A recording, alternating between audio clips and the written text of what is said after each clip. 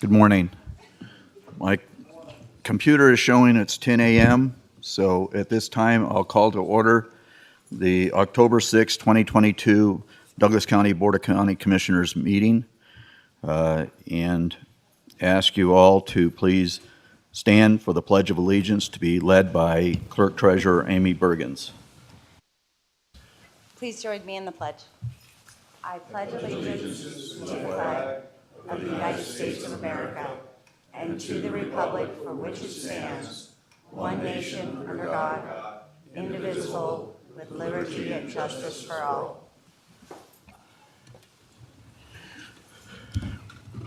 Thank you. Public comment. Public comment is limited to 3 minutes per speaker unless additional time is granted by the board chairperson. The Board of Commissioners does use timing lights to ensure that everyone has an opportunity to speak. You will see a green light when you begin, a yellow light which indicates you have 30 seconds left and should conclude your comments, and when the light turns red, we ask you to please sit down. In addition to opening public comment will also be taken on administrative agenda items that are identified for possible action, and again at closing public comment. So at this time, public comment will be taken on those items that are within the jurisdiction and control of the Board of County Commissioners. Do I see any opening public comment here in chambers?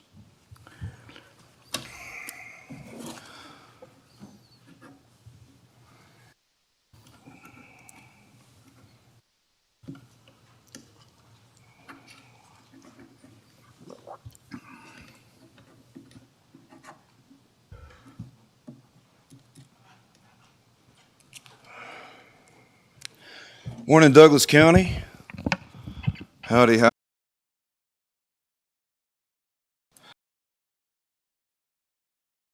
On behalf of the Foundation for the Law of Time today, for the safety of my family, for the safety of citizens in Douglas County, representing the Justice Coalition and the Foundation for the Law of Time.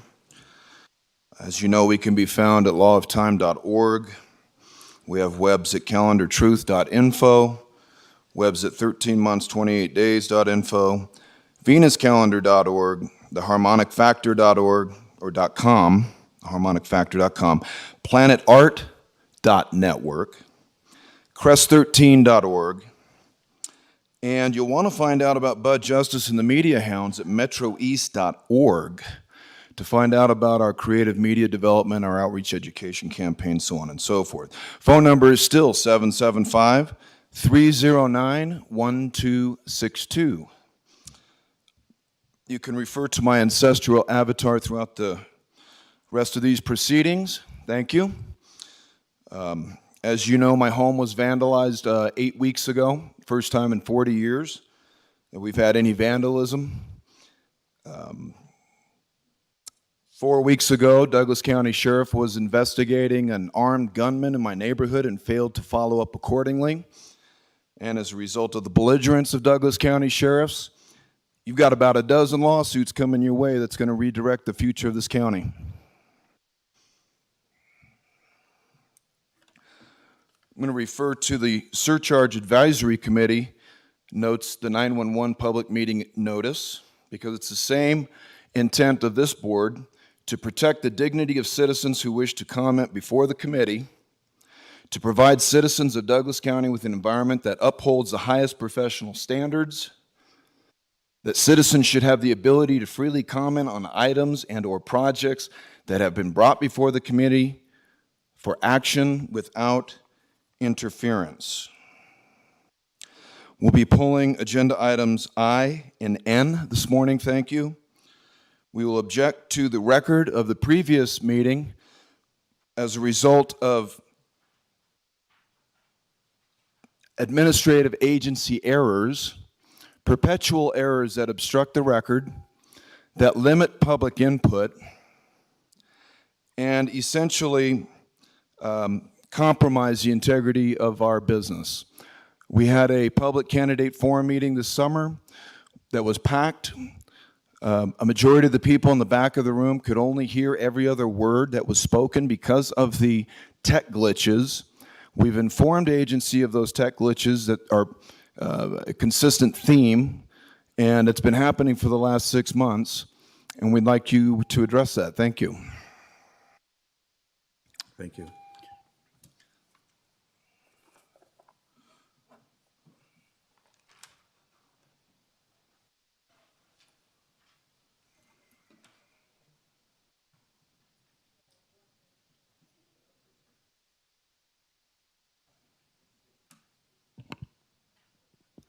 Good morning. My name is Bobby Thompson. I'm the airport director of the Great Minden Tahoe Airport. I come here this morning to thank all of you. This past weekend, you may have heard we had a little event at the airport.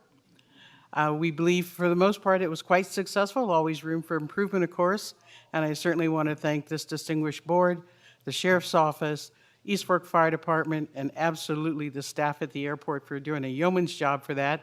And I'd like to present the board with a little gift from the Blue Angels. Very Thank you. nice. So suitable for framing. We have a couple up there. Ms. Thompson, thank you very much for the job you do, and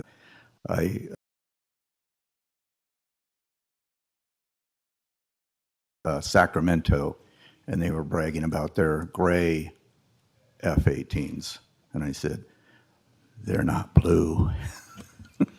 Well, one point is kind of interesting. Well, two actually. We were told that there were people in attendance from 6 different states. But I asked the Blues, I said, you know, I know you come here and it's one of your smaller venues. And I said, what's the next smallest venue you go to? And I said, you know, our county is about 48,000 and a little more for the whole county. And they said the next smallest place where they perform is a town of 400,000. So we're very fortunate.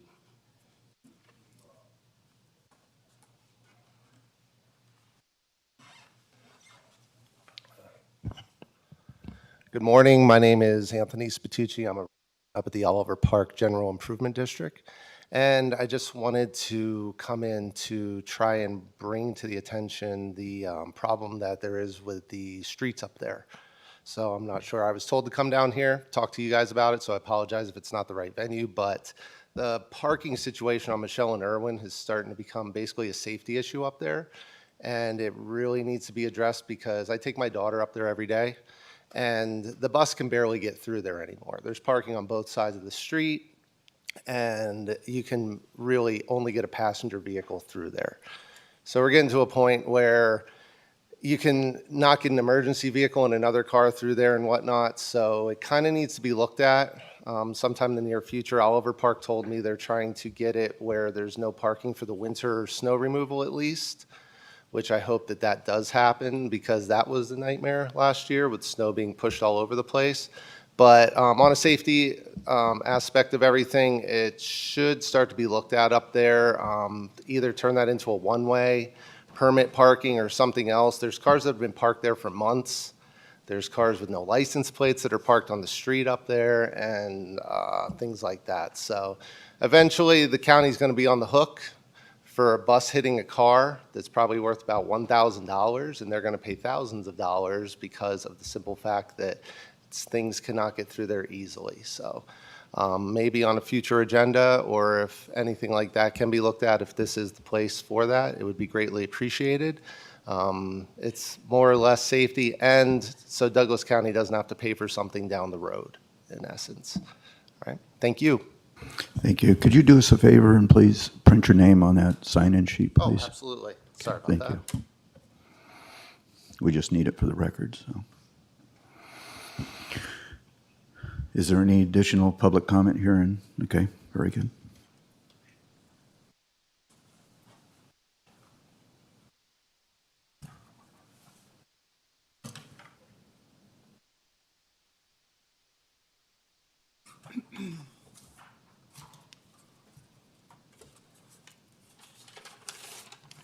Good morning. My name is Julie Duda. This morning, my comments are directed to first the issue of citizen participation in local government, and secondly, fiscal responsibility during high inflation with the potential of recession. First, people participate in local government in an effort to have their views heard and hopefully acknowledged, and also to make an attempt to impact a specific outcome. The current county and town agendas allow time for people to comment with diverse results. As both an observer and a participant, I will say there's a lot of frustration involved.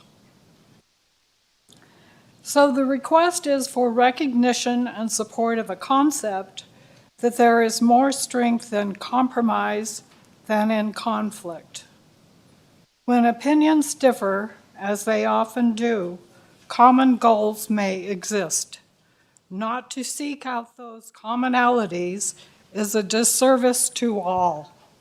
Members of this board, individually and collectively, are in a position to set the example for receptivity to participation by the people for all the boards, both county and town. Second issue is historically high inflation with the potential of another recession, both nationally and globally. As consumers, we are impacted by inflation every time we shop or fill our gas tanks. Adapting to this inflationary environment differs from working people to retired seniors and from one economic group to another. The role of government is fiscal responsibility. This role becomes more important when the future looks challenging. By focusing on challenge, request item C on consent calendar, move to agenda item, administrative agenda.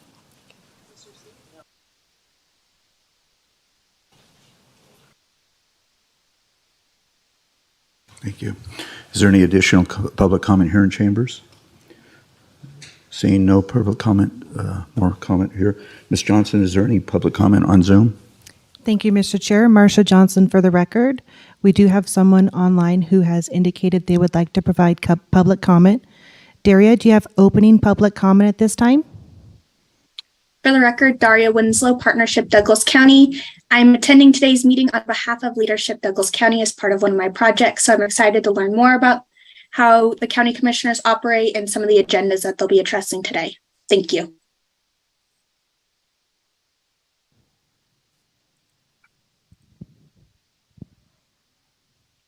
Thank you, Mr. Chair. Marcia Johnson for the record. At this time, there's no further public comment online. Very good. Bring it back to the board. At this time, then, we'll go to the approval of the agenda for possible action, approval of the proposed agenda. Entertain a motion of that, to that nature. I'll make a motion to approve the agenda as stated. Mr. Chairman, I would move that we pull agenda item number 6. It is not ready. Okay. Okay. Is that good, Mr. Tarkanian? We've been informed by the county manager that item 6 is not ready for prime time, so you good with pulling that item? Yeah, I know. Okay. Again, I wasn't Okay. informed, but Okay. if that's the case, Okay. then of Very course. good. Okay, thank you. So I'll at this time, we have a motion on the floor to approve the agenda as presented minus item number 6. All those in favor signify by saying aye. Aye. Aye. Okay, motion passes 5-0. Go to approval of the previous minutes for possible action to discussion to approve the draft minutes of September 1st, 2022 regular meeting of the Board of County Commissioners. Entertain a motion to do such. So moved. Second. Motion by Commissioner Noah Sad, seconded by Commissioner Rice to approve the draft minutes of the September 1st, 2022 regular meeting of the Board of County Commissioners. Since no further discussion, all those in favor signify by saying aye. Aye. Motion passes 5-0. Okay, at this time, we will recess as the Board of County Commissioners and convene as the Douglas County Liquor Board. Sheriff Coverly is a member of the Liquor Board, so this action item will have 6 votes available. Item number Roman numeral 1 for possible action, discussion to approve the packaged retail liquor license for IS Store Incorporated, DBA Food Mart, represented by owner, I know I'm going to butcher this, but I'll try, Colwant Coor. I hope that's good. Colwant Coor has signed a waiver of notice of hearing. IS Store Incorporated, DBA Food Mart, is located at 1676 US Highway 395 North, Minden, Nevada, 89423, and this is being presented by Captain Michitarian. Captain. Good morning. Ron Michitarian, representing the Sheriff's Office and the Liquor Board. This applicant has met all requirements. This business is under new ownership, and we are not in objection. Okay. Any questions from the board? Sensing no questions, this is a action item, so we'll go to public comment. Is there any public comment here in chambers?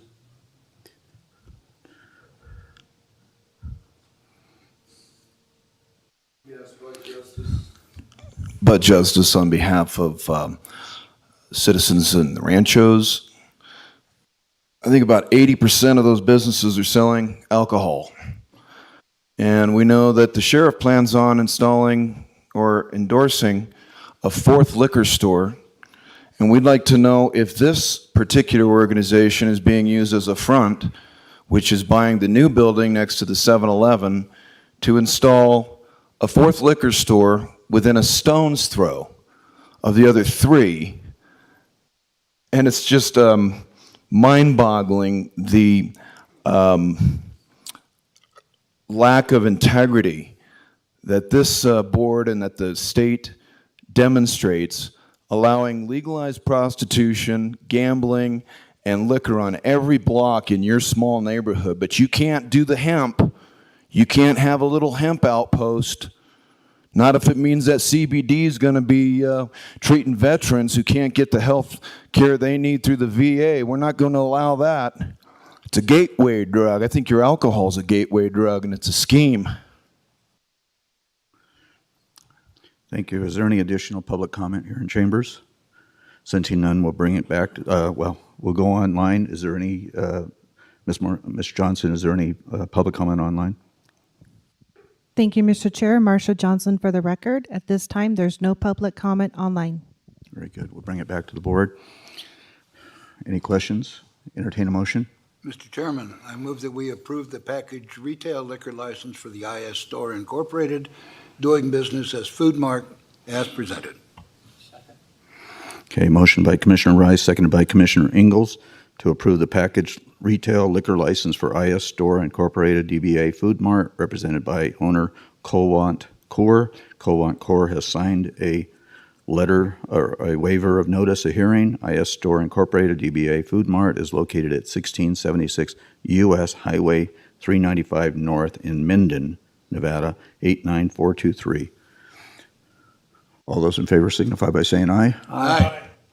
Motion passes 6-0. Thank you very much. We will now adjourn as the Douglas County Liquor Board and reconvene as the Board of County Commissioners, and I will entertain a motion to approve the consent calendar as presented. So moved, Mr. Chairman. Motion by Commissioner Rice, seconded by Commissioner Ingalls to approve the consent calendar as presented. Since no further discussion. Some were pulled, weren't they? Okay. We don't have to. You can explain that one to me later. Yep. All those in favor signify by saying aye. Aye. Okay, motion passes 5-0. Thank you. We will now move to the administrative agenda. Item number 1, and I'll be coming down front for that. And I'll stay there for item number 2 and item number 3.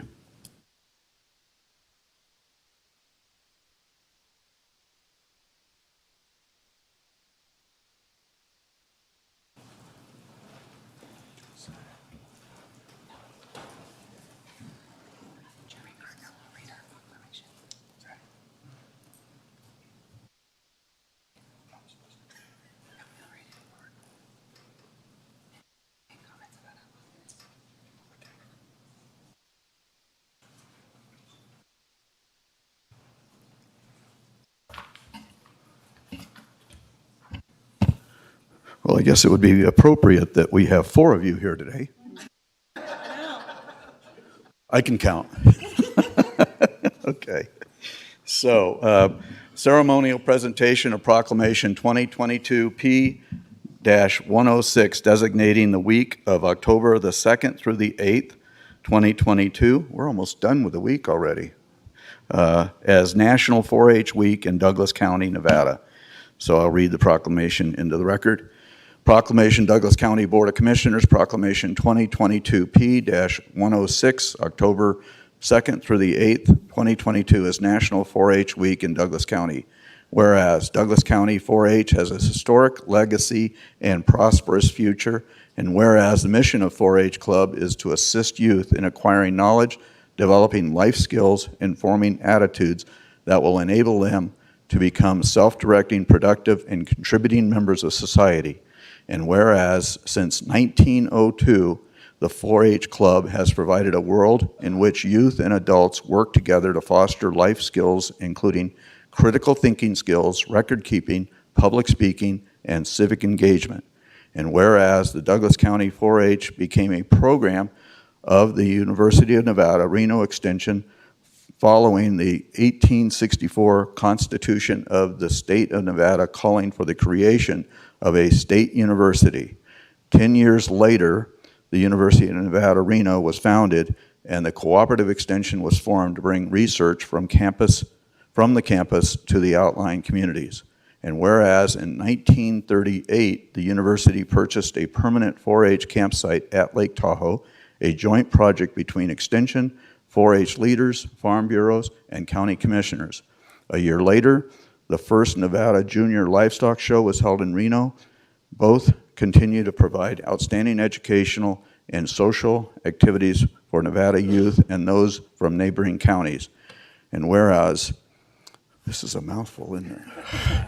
Whereas Douglas County 4-H has a dedicated volunteer base of adult volunteer leaders who give selflessly of their time and knowledge to 4-H youth ages 5 through 19 each year in a variety of project areas such as sheep, swine, goats, beef, poultry, hiking, baking, sewing, horsemanship, shooting sports, teen leadership, and more, all with the ultimate goal of fulfilling our motto of empowering youth to make the best better, and as the confident, independent, and resilient leaders of tomorrow.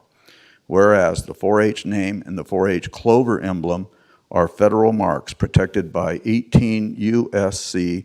707, and the 4 H's are head, heart, hands, and health, and are recited in our 4-H pledge. I pledge my head to clearer thinking, my heart to greater loyalty, my hands to larger service, and my health to better living for my club, my community, my country, and my world. And whereas during October of each year, the Douglas County 4-H program kicks off its official enrollment events, starting with our annual 4-H information night at 5:30 p.m. on Tuesday, October 11th. Next week. That's after the week. At the Carson Valley United Methodist Church, open to all youth ages 5 through 19 and any interested adult volunteers. And whereas 4-H's nationwide network of nearly 500,000 volunteers and 3,500 professionals provides caring and supportive mentoring to all 4-Hers, helping them to grow into true leaders, entrepreneurs, and visionaries. Now, therefore, be it proclaimed by the Douglas County Board of Commissioners that the week of October 2nd through the 8th, 2022, as National 4-H Week in Douglas County, Nevada, and encourage all of our citizens to recognize 4-H volunteer leaders and their members for the significant impact they have made and continue to make by empowering youth with the skills they need to lead for a lifetime. Adopted this 6th day of October, 2022, by the Douglas County Board of Commissioners. I'm proud to have signed that and attested to by our Clerk Treasurer, Amy Bergens. Thank you very much.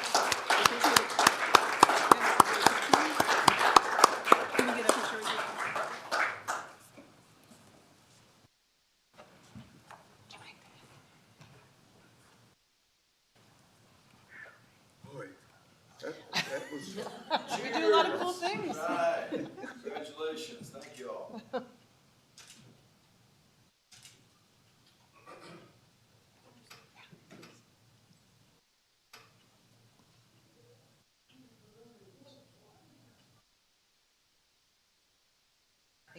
Thank you. Thanks again. And so as a token of our appreciation, I want to give you just a few notepads for the Board of Commissioners and remind everybody that our annual fundraiser, Pingo, is happening. Bingo is happening on October 15th at the United Methodist Church. Hope to see you all there. Thank you again. Thank you. Certainly, as we try to keep our county rural and ag-based, we certainly enjoy doing this. Item number 2 on the agenda is certainly something that's very close to my heart. As 33 and a half years ago, my wife, while we were engaged, was diagnosed with breast cancer, and I'm extremely grateful to the Lord to still having her around. So anyways, proclamation 2022P, and that's, by the way, that's why I'm wearing pink, and you see all this pink in the audience today also. So anyways, proclamation 2022P 107 declaring October 2022 as Breast Cancer Awareness Month. This one isn't quite as wordy, but nonetheless just as important. So, proclamation, Douglas County Board of Commissioners, proclamation 2022P. Yes, please, all of you join us. Okay, 2022P 107 declaring October 22 as Breast Cancer Awareness Month. Whereas breast cancer is the second most commonly diagnosed form of cancer for women in the United States and remains the second leading cause of cancer death among American women, although men can be diagnosed as well, and I have met several that have been diagnosed. Whereas mammography, an X-ray of the breast, is recognized as the single most effective method of detecting breast changes long before physical symptoms can be seen or felt. Early detection and improved treatment is believed to have significantly reduced the number of deaths caused by breast cancer. Whereas we recognize that in the United States, most people diagnosed with breast cancer will live for many years, and a testament to these ladies here. Today, there are more than 4 million breast cancer survivors in the United States, more than any other group of cancer survivors. And whereas, as we observe National Breast Cancer Awareness Month, we are united in our commitment to ending breast cancer and improving the lives of all those affected by this illness. We applaud the advocates, medical professionals, researchers, and caregivers who dedicate their lives to making progress towards cures. Therefore, be it proclaimed by the Douglas County Board of Commissioners, on behalf of the citizens and employees of Douglas County, the County Commissioners express their sincere continued support to fight breast cancer by declaring October as Breast Cancer Awareness Month, adopted this 6th day of November, or October. I've said that before, didn't I? Really, I'm not anxious to get the year over with necessarily, okay? Adopted this 6th day of October 2022, Board of County Commissioners, Mark Gardner, Chairman, and witnessed by, once again, our Clerk Treasurer, Amy Bergens. We have a number of ladies here today. We salute you for your continued support of that. I know that Carson Valley Medical Center has some very supportive of this, and also Jen Nalder with Main Street Gardnerville. And I know she has some things to say also regarding the rest of the activities for this month, both at Carson Valley Medical Center and Main Street Gardnerville. So I'll turn the microphone over to you folks. Thank you, Jen Nalder, for the record. Thank you, Commissioner Gardner. I want to thank you again for bringing this to our Octobers, as you did last year. This is something that I think is near and dear to a lot of our hearts. I think we can probably all say that we've had somebody that has had breast cancer at some point in our lives, and they are still alive thanks to the cancer treatment that they receive, not only locally but nationwide. And so to further find resources for them to continue the fight so that we can have our loved ones with us is something that means a great deal to us. We are partnering with our friends at Carson Valley Medical Center and also our friends here with Carson Tahoe Hospital. They have shown up to show support for this. We do have a lot of events coming up, so and pink always seems to be the most vibrant color, and of course there are various different kinds of cancer that affect our community, but at least the pink is a little bit fun, so that we will be painting our town pink starting today. We'll be working with our friends at Carson Valley Medical Center. We will be doing the pink ribbons on the light posts again. Main Street Garnerville will be bringing back the pink flower baskets, and they'll be hitting the district today. This year we have put them up for a sponsorship program, so for $40 you can sponsor the basket, and 3/4 of those proceeds will get donated back to Carson Tahoe Hospital and Carson Valley Medical Center's cancer treatment centers. We are also working with our friends over at the Overland. They're hosting a pink tie masquerade ball, which is next Thursday. Tickets for that are $50 and can be purchased online, and all the proceeds raised there will be going to the Carson Valley Medical Center Cancer Treatment Center. And also we have Carson Tahoe 19th annual breast cancer fundraiser, which will be held at CVI on October 22nd. In the ballroom, it is going to be a fashion show by our friends at Especially For You. There will also be bites provided by CVI, and tickets for that can be found on their website as well. But we wanted to, again, thank you for this opportunity to bring awareness to such a great cause, and we are so grateful for our community who are still here, and in memory of those who aren't, we will be wearing pink.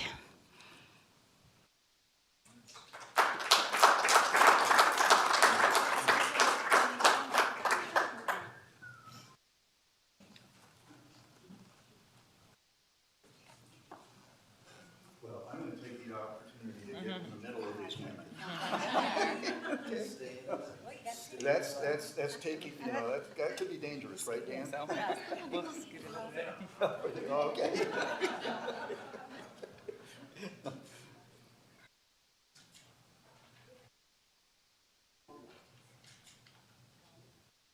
Okay. Thank you, lady. Of course.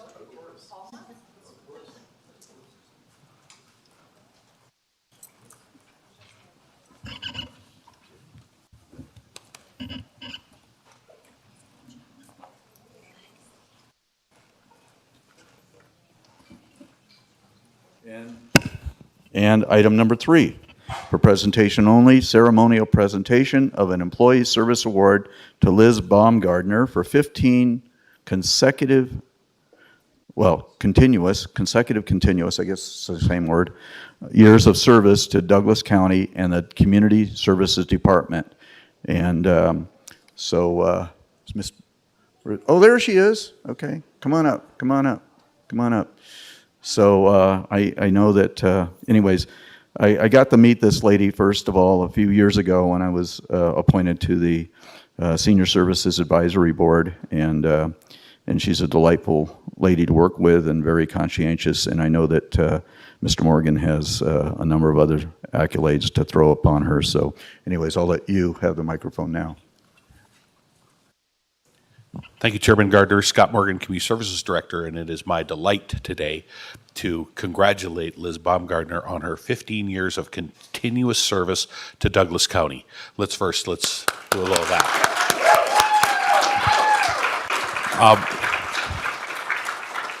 For those that have had the pleasure of knowing Liz as a human being, as a person, she is a delight.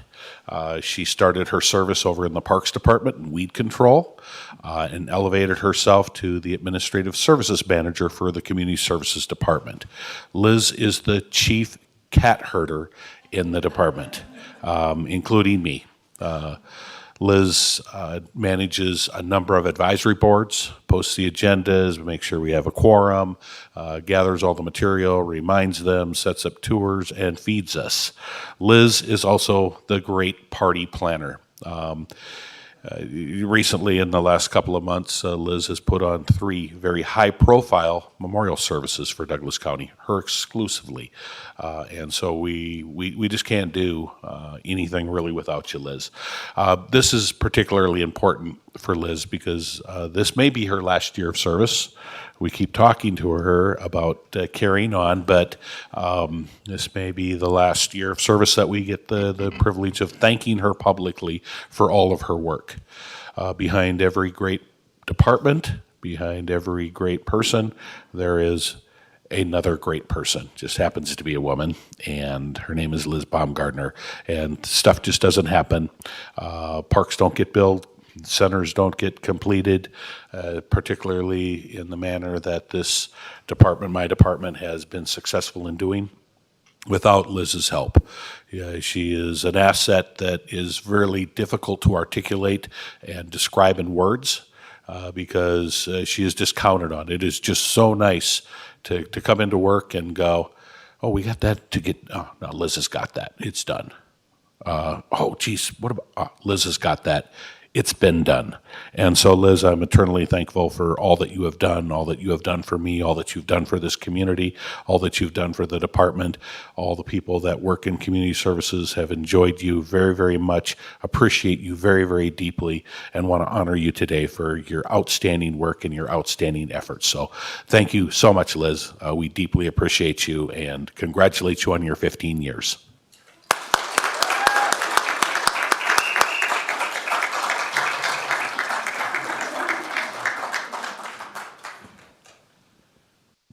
Can you hear me? Yesterday morning, I had cataract surgery on my left eye, and a couple of weeks ago, I had cataract surgery on my right eye.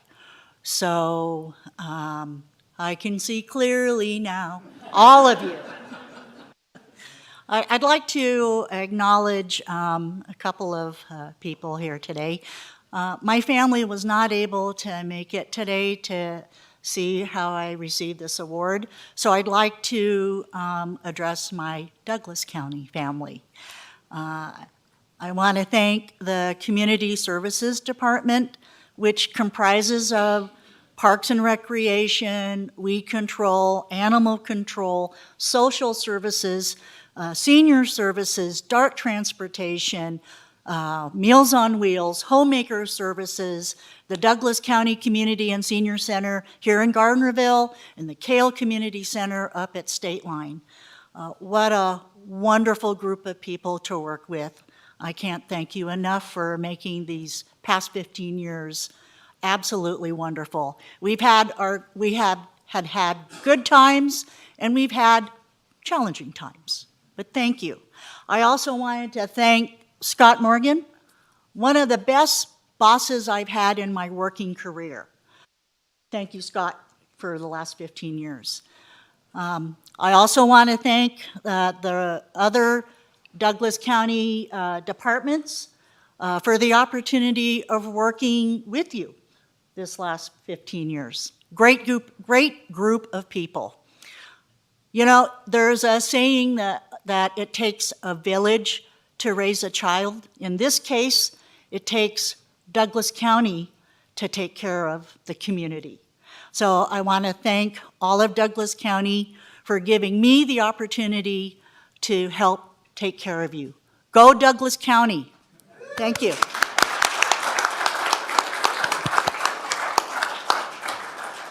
Come on over here. Congratulations.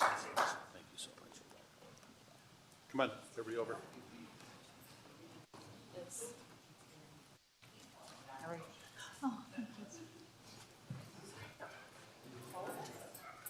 Come on in. Okay, who's my?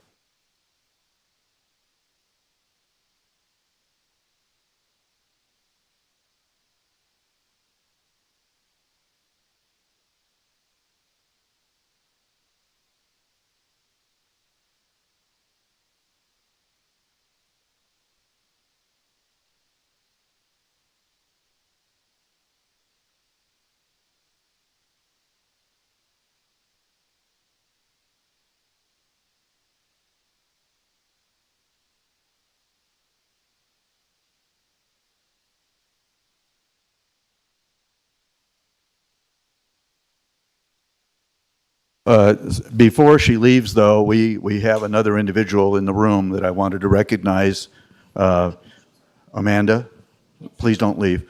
And you're not aware of this, but Amanda Reed has been serving over the last 5 or 6 months as the interim town manager of the town of Genoa, and just put on 2 weeks ago an extremely successful candy dance. And so we would be remiss if we didn't thank her for pitching in, taking over that interim position, and I'm not sure that David Qualls, the new town manager, is not going to submit his resignation after seeing what you had to do this last couple of weeks. But anyways, on behalf of the county, we really appreciate you stepping in and filling that role and making Candy Dance a success this year. So thank you very much. Thank you. Okay.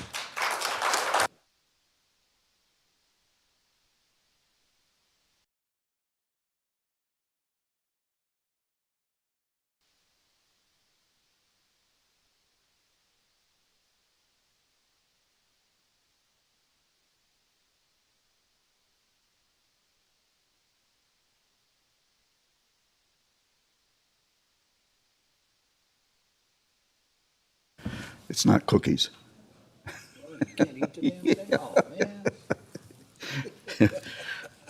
Okay, we will now proceed to item number 4 for possible action, discussion on the outdoor festival permit application submitted by Bradley Crate for a Save America rally to be held October 8th, 2022 from 8 a.m. to 9 p.m. at the Minden Tahoe Airport, Minden, Nevada, subject to the stated conditions comments by the reviewing departments. This is being presented by our clerk treasurer, Amy Bergens. Oh, there she is. I looked over there. You weren't there. Thank you, Chairman. Good morning, Board. So outdoor festival permits are overseen by NRS 244 and Title 5.12 of Douglas County Code. The county clerk is responsible for accepting the application, setting the application for public meeting before the Board of County Commissioners, noticing various departments within the county of the event, and allowing them to make recommendations about the event prior to the public meeting. On September 12th, 2022, I received an application for an outdoor festival permit for the Save America rally to be held at the Minden Tahoe Airport on October 9th, 2022. The application is provided starting on page 349 of the agenda packet. Upon receipt of the permit application, my office sent the application packet and approval form to the 911 Emergency Services, Community Development, Community Services, Douglas County Sheriff's Office, East Fork Fire Department, and Human Resources to advise of the event and request recommendations for the event, if any, that they wanted to provide to the Board of County Commissioners for the approval or denial for this permit. Those recommendation forms are attached to your agenda packet starting on page 358. On September 28th, 2022, the event organizer requested the change of date of the event from October 9th to October 8th. My office immediately reached out to the above-listed departments to request that they comment via email as to if their previously submitted approval was still valid for the new date. Those email correspondences are included in the agenda packet starting on page 365. Based upon the information provided and any testimony given, the board may grant the license, deny the license, or set conditions which must be met before the license is granted. Do you have any questions? Gentlemen, questions? Okay. This is an action item, so we'll go to public comment at this time. Is there any public comment here in chambers?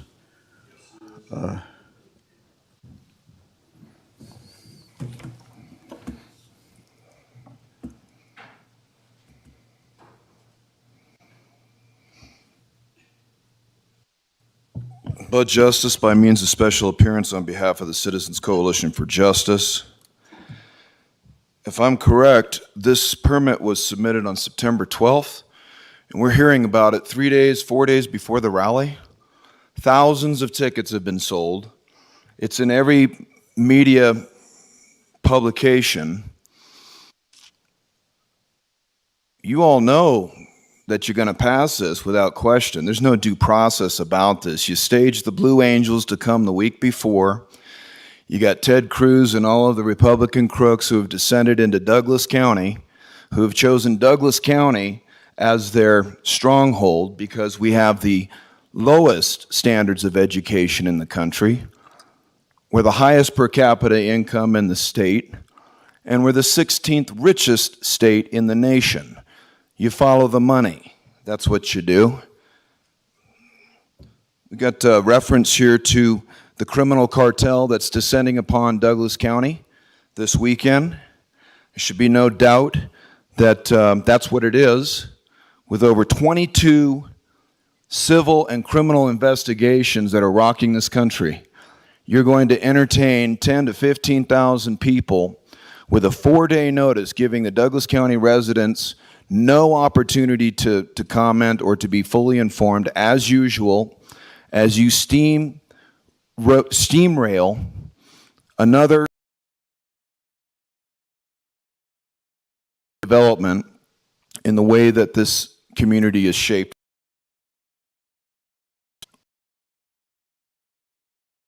That was the Washington Post article, April 25th, 2019, where Trump pushes to increase the debt ceiling for quick action to raise the debt limit to $22 trillion. It's that debt that's funding the wars, that's driving the crime, and it's the same quick-fire methods being used by this board and by the city-elect to ram this meeting down on every one of us and force us in entertaining this kind of criminal behavior. The Los Angeles Times, March 6, 2019, President Trump, new in the third year of his term, is struggling to maintain the illusion of his accomplishments as some of the biggest promises remain unfulfilled. Who do you think you're fooling here?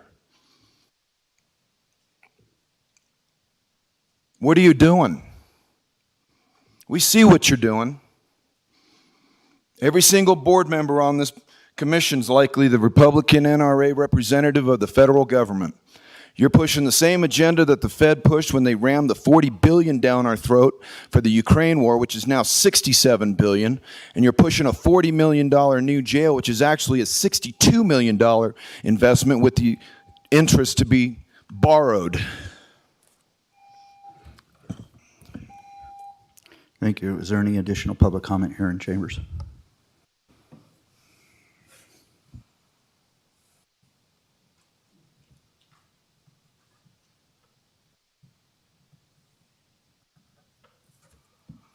James McCallum for the record. I'm offended by everything that was just said. One, it's not pertinent to the approval of this at all. It's one person's view. It's basically just shouting insults. The reason the event's being held in this county is because of the success of the last time. They've been held all over the country, in many different states, many different places. And I'm just frankly insulted by this. This person comments on things with comments that are even relevant to what the issue is. The issue is, can we put the event on? Is it approved by the commissioners for this event? Has nothing to do with any wars, has nothing to do with the debt ceiling, has nothing to do with any of that. Thank you. Thank you. Is there any additional public comment here in chambers? Ms. Thompson, this is your opportunity. I mean, I know you just got finished with a air show, but anyways, you're not required. So.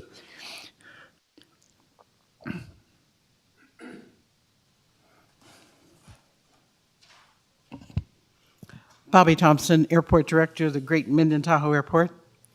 The airport is a public facility owned by Douglas County.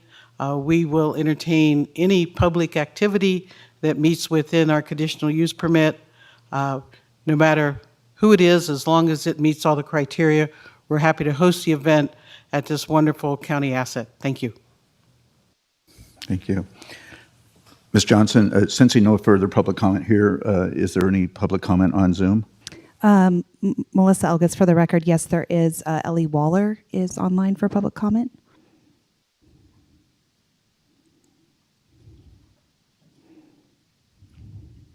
Ellie Waller, thank you. I agree with the last two speakers. I would hope that the public brings meaningful comments in the future. I'd also like to thank Ms. Thompson and Amy Bergens and their staffs for always doing their due diligence to get events executed. Thank you. Thank you. Ms. Elgis, is there any further? There is no further public comment at this time. Very good. We'll bring it back to the board. Any comments from the board? Sensing none, I'll entertain a motion. Everybody's jumping right on this one. Mr. Chairman, I move that we approve the outdoor festival permit application for the Save America Rally at the Minden Tahoe Airport, Minden, Nevada, as presented and subject to the stated conditions and comments by the reviewing departments. Second. Okay, motion by Commissioner Rice, seconded by Commissioner Ingalls to approve the outdoor festival permit application submitted by Bradley Crate for Save America Rally to be held October 8, 2022 from 8 a.m. to 9 p.m. at the Minden Tahoe Airport, Minden, Nevada, subject to the stated conditions, comments by the reviewing departments. Sensing no further discussion, all those in favor signify by saying aye. Aye. Motion passes 5-0. We'll now move to item number 5 for possible action discussion to approve a conditional use permit to Save America PAC for a political rally to be held October 8, 2022 from 8 a.m. to 8 p.m. at the Minden Tahoe Airport, Minden, Nevada, subject to stated conditions, comments by the reviewing departments. This is being presented by our airport director, Bobby Thompson, and our Deputy District Attorney, Carrie Rosser, who happens to be online. So, Ms. Thompson? I'd just like to point out, thank you, sir, Bobby Thompson for the record. I'd just like to point out that in addition to the outdoor festival permit, the airport also has a conditional use permit so that we make sure that public safety is addressed in every facet and that we protect the assets of the county. Thank you. Any questions, gentlemen? Sensing no questions, this is a possible action item, so once again, we'll go to public comment.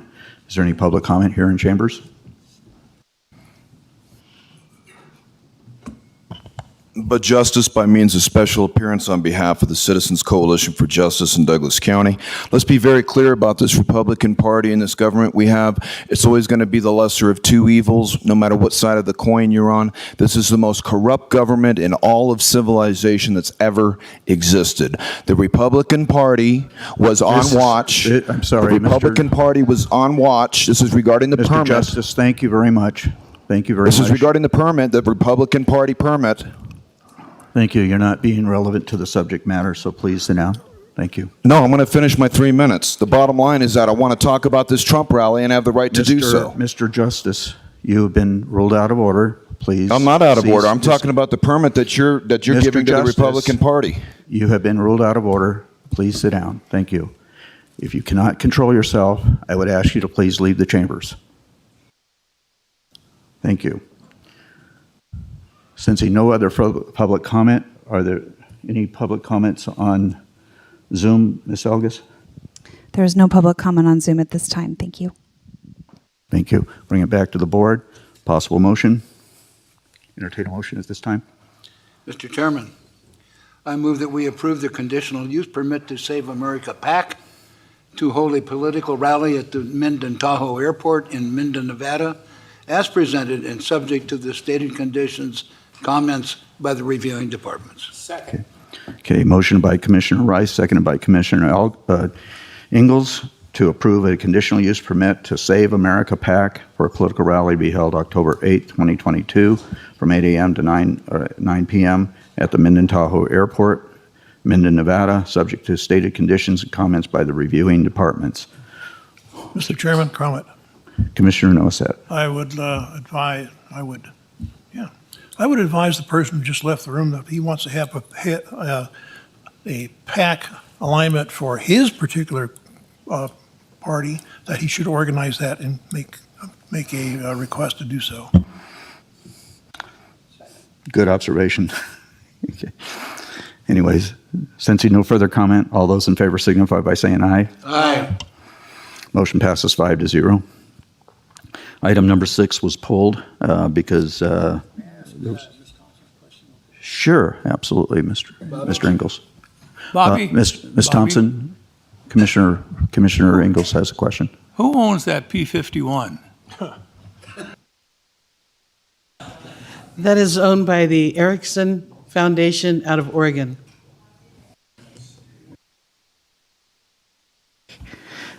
Thank you so much. And I know it's going to be another busy weekend for you, but we really appreciate what you do out there. So,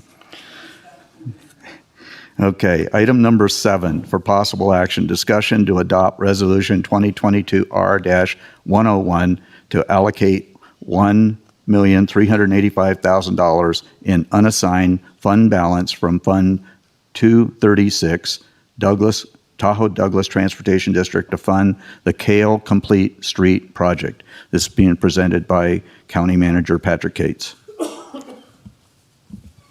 Thank you, Mr. Chairman.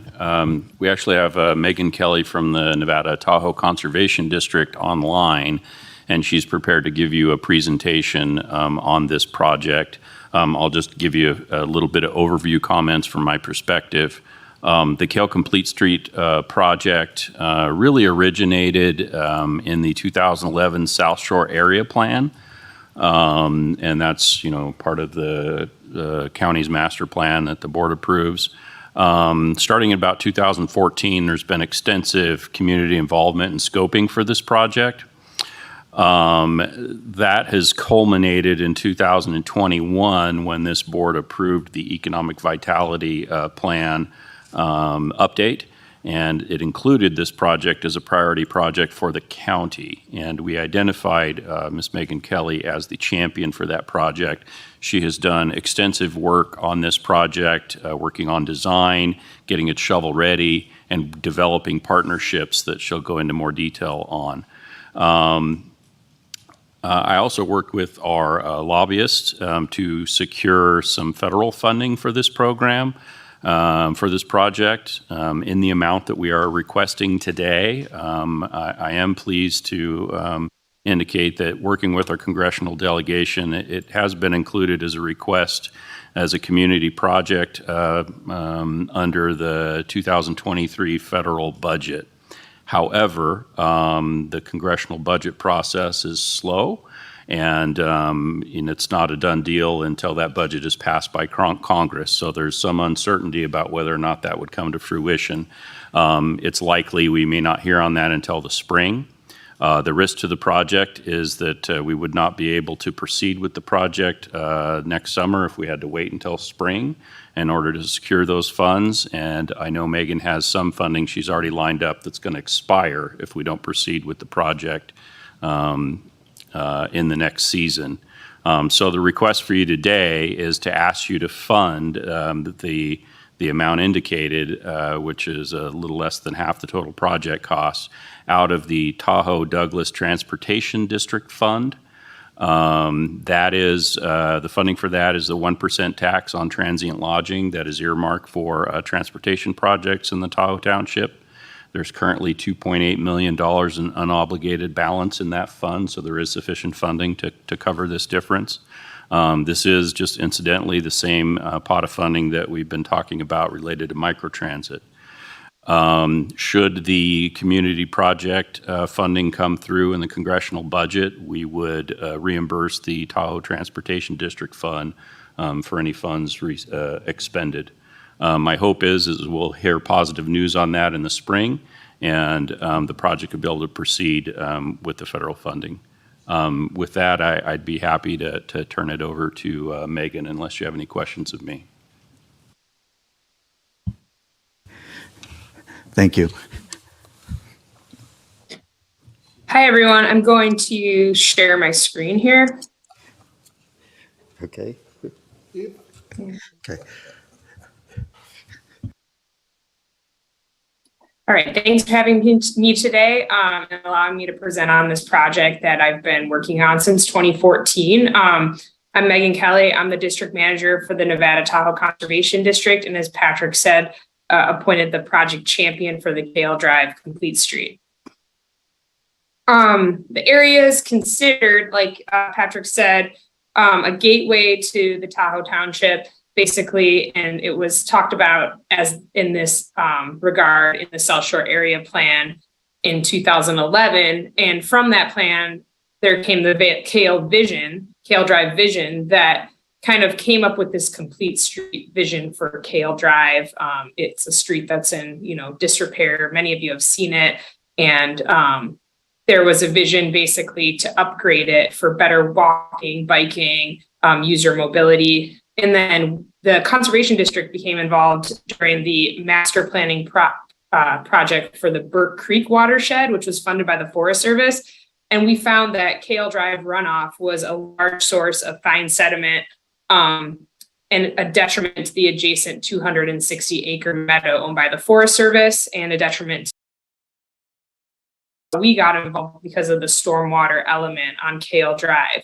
In 2018, we were able to obtain some funding from the Forest Service to rebuild a basin that was undersized and owned by Douglas County on Forest Service land at the end of Kale Drive. And that was a nearly $2 million project to upgrade the stormwater basin down there so that it could be claimed by the county as a stormwater treatment. And it's something I'll talk about a little bit later.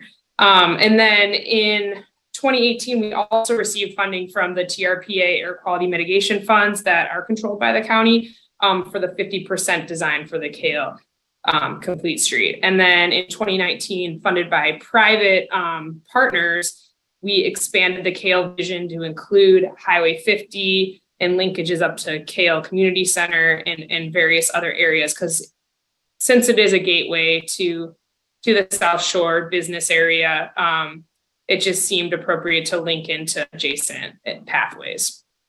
Here's a map just for your reference. The basins that, it's an old aerial, but it's the best aerial we had. The basin that we redid was right around here where my arrow is pointing, back in 2018. And then there's this existing basin from 2005 that Douglas County also gets a lot of stormwater credits for in the Tahoe TMDL here. And then the new Tahoe Beach Club development is here. This is pictured the old mobile home park. This is the Oliver Park GID neighborhood. And then here is the old Lakeside parcel, which is now Barton Health. And then here is the large Forest Service meadow in Nevada Beach. And then the US 50 Kale Drive intersection, which was pictured in the opening slide, where you can cross and go to, the DMV, the sheriff's office, Kale Community Center. So and then linkages up to neighborhoods up Kingsbury. And then there's also the Laura Drive bike path that was installed by the county, I think in 2016, that will eventually link into a path along Edgewood Golf Course all the way to the tourist corridor here. Our objectives and goals, I'm sure you guys have heard all about this, but basically we're rehabilitating Kale Drive into a complete street with functioning drainage, something that's visually pleasing and has safe mobility for all types of users. I won't go through all of these objectives, but they have to do with basically safe mobility. This area is the second lowest median income. This census tract is the second lowest median income in Douglas County. And it is the highest percentage of people who walk and bike to work.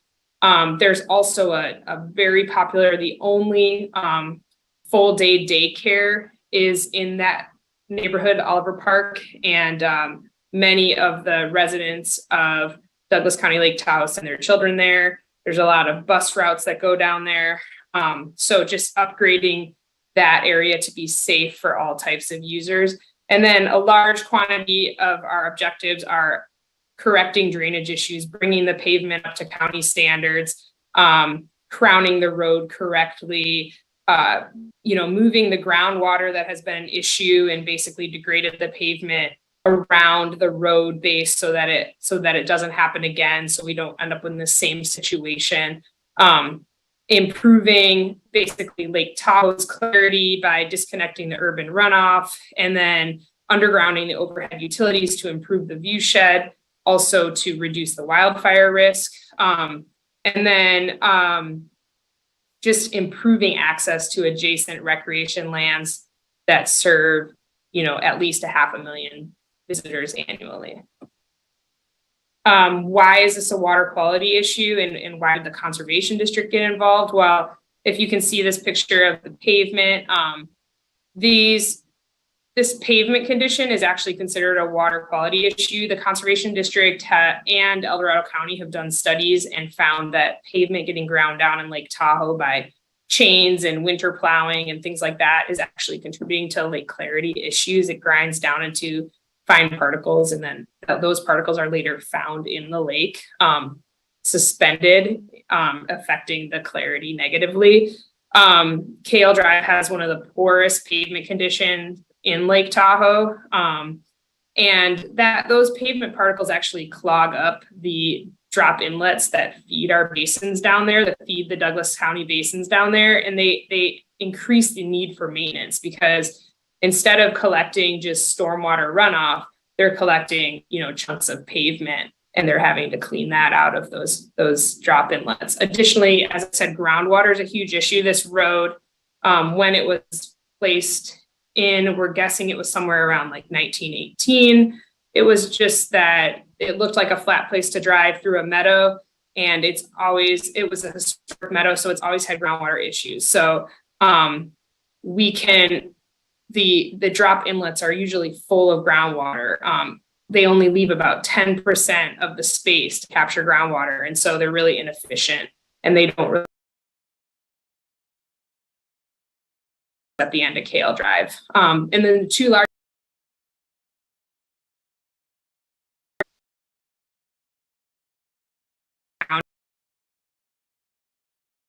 county has to get roughly, I think, let me get some on the next slide, 168 credits by 2026. So that's a huge portion of those credits. It's more than a third of those credits that the county needs, and to meet their obligation for Tahoe TMDL. And then finally, because there's so many issues with the road, if we could have, we would have just gone in and fixed this road and fixed the stormwater issues. But once we looked into it, it was like opening a can of worms. There was all these different utility issues, and a bunch of other utilities jumped on board saying that we would like to upgrade our utilities when you do this road.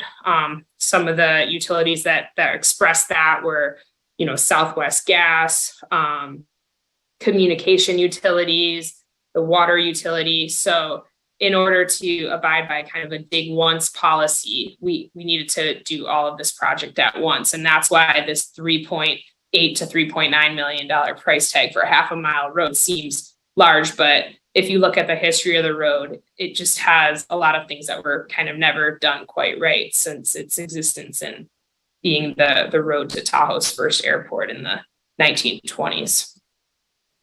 So the Tahoe TMDL, it stands for the total maximum daily load, and it's an EPA and NDP regulation that mandates jurisdictions around Lake Tahoe to reduce the input of fine sediment and nutrients to Lake Tahoe. There's 3 ways to reduce the input of these pollutants to Lake Tahoe: area-wide stormwater projects like the basins at the end of Kale Drive, road operations like sweeping the roads and using a different type of sand on the roads, and then parcel level BMPs, which are difficult for jurisdictions to oversee because they have to tell private businesses to keep their stormwater treated on their site. But at Kale Drive, road operations are impossible. You can't sweep a street that the pavement is degrading so poorly. And then also on Kale Drive, we have 2 of the largest area-wide stormwater projects that aren't serviced well by this road and its current drainage. And so the county's under an MOU with the Nevada Division of Environmental Protection, and they have goals to meet every 5 years. Their next goal is 2026. They'll need 168 total credits. If Kale Drive is approved, it's up to 70 credits for the county. And It will also improve or reduce the need for long-term maintenance. Right now, it takes the county crews roughly a month to maintain these basins every 2 years. And so hopefully with improved capture and improved drop inlets, their maintenance responsibility will be a lot easier because they can just drive a Vector truck down and suck out the coarse sediment that gathers in there versus having to go into a large basin and mucking out a bunch of cattails and vegetation. It's just easier maintenance with this project. Here's some pictures to show you kind of the current conditions up there. These are from like a year or two ago, so they're not exactly current, but we've been taking them over the course of a few years. Here's people at the intersection of Highway 50 and Kale waiting to cross over to the Douglas County offices area or Kale Community Center. And as you can see, they are pretty much at risk. The trucks or cars turning off 50 can easily drive over that curb. You can see the tire marks in this picture. They also, to push a button to give them a walk signal, they have to, it's not to the button to push it. So that would all be upgraded. There's a lot of groundwater issues, as I said. This is some of the runoff project to bring that pipe slope up to a better slope so that we don't have groundwater daylighting out of the road here. Just some more pictures of the groundwater seeping out of various cracks in the road. We found out this past spring that when Barton was doing the Lakeside demo, that they have a sump pump that runs 24/7 that pumps water into this manhole actually, and then into our stormwater system. So as part of the Barton redevelopment, that water would be rerouted around so it doesn't take up space in our stormwater system because it's clean groundwater, and it taking up space in the stormwater system just makes less space for polluted water. There is a manhole that was always a mystery, that was always just bubbling water. And here's one of the great potholes on Kale Drive, but it bubbles water year round, and we vectored it out with the county crew last year and found out that after looking at old records, it was some sewer line that was decommissioned in the 90s that was only partially filled with concrete, and then the concrete started cracking, and now there's just groundwater flowing through that to the point where the groundwater flows so much that grass and plants are actually growing in the curb year round. Just some of the other visions of the street. One of the issues that Kale Drive Complete Streets will fix is there's a lot of user created paths up to the bike path up here, the state line to state line bike path. So we will harden those access points and hope that people don't create dirt paths that lead to the stormwater drainage system getting clogged with coarse sediment, because this erodes during a rainstorm. So we'll harden these paths so that people have access points to the recreation facilities from the neighborhood. And then we'll just upgrade the drainage in this project where there's not ponding on the road in both shoulders. There will be enough drop inlets to collect the stormwater adequately and get it to the basins. So we don't have people driving for a week after a storm through dirty puddles, tracking water everywhere. So proposed conditions, we're raising the grade of the road like we talked about. We're improving the stormwater drainage. We're adding a bike lane on each side, and we're adding a sidewalk on the south side of the road where the houses and neighborhoods are, so that, you know, when kids are waiting for the school bus or people are walking to work, they can have a safe place to walk. We've done a lot of scoping. It's really been positively received overall, the project. This is a flyer from a meeting we had back in 2019 where we had a few hundred people attend, and all of the comments were positive about the project. And here are some of our partners. We have, you know, federal partners, state partners, the Tahoe Regional Planning Agency, Oliver Park GID. I go to probably at least 4 of their meetings a year to update them on this project. And they're also a funder. The utilities, Southwest Gas, NV Energy, the Sewer District, and KGID, private partners, including Barton and Tahoe Beach Club, and then Tahoe Transportation District. So in summary, as Patrick kind of alluded to, this project is been brought forward to or pending receiving House transportation funding through the community project funding of $1.385 million, and it was led by Congressman Amodei and supported by Senator Cortez Masto and Rosen. The estimated total cost for the project is roughly $3.9 million, and we have secured all the water quality funding, roughly half of the utility funding, roughly half of the road reconstruction funding, and about, I don't know, less of the bike and pedestrian funding, only $66,000 from the NDOT TAP. But overall, the anticipated need is $1.385 million. So if we do get the CPF funding, the project will be ready to go May 2023. And even though I had to break these out like this, because I've had to break them out for different funders, these are all essential elements.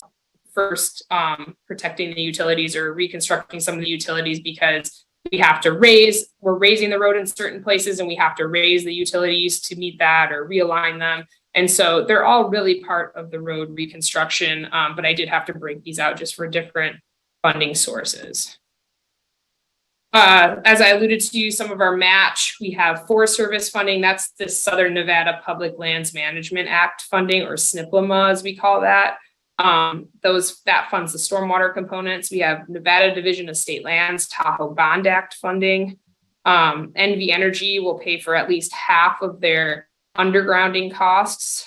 Southwest Gas will pay for their full upgrade of their gas line from vintage steel to the newer material as some sort of plastic. And then they'll pay for a portion of the road repaving that's related to if they were to have to do it themselves, like in a trench. KGID will pay for half the cost of construction of their water line as needed. Oliver Park GID has committed $100,000. And then we have this NDOT TAP funding transportation alternatives program for $66,000. And then we have this pending community project funding from the federal government.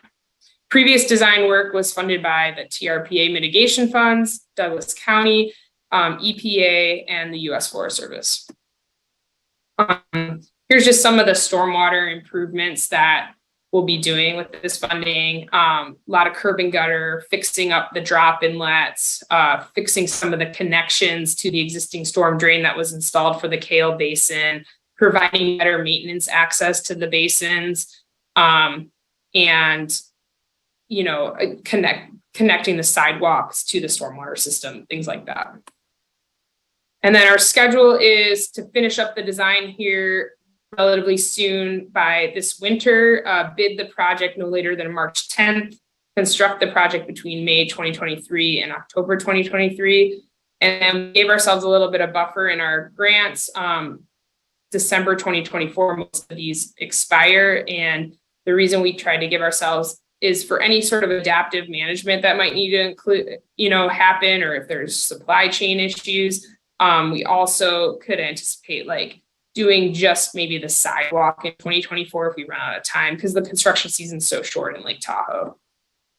The current status of the project is the final designs are being completed for drainage, the water line, and then the overhead to underground of the utilities. The NDOT 3R project, I can't remember off the top of my head what 3R stands for, but they're basically redoing US 50 pavement, and that's planned. It was planned for 2023, but now it's planned for 2024. And I don't think it would be the worst idea for us to get our project done first so that they could tie into our project. But if there's some sort of delay, then we know that that's happening in 2024, and we wouldn't want the intersection to be done any later than that.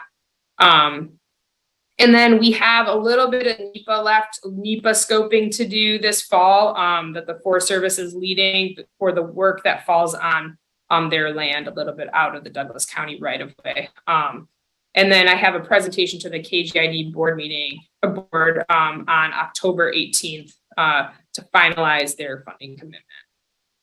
So in summary, this is an opportunity to fast track for construction in May 2023, a necessary and $3.9 million project.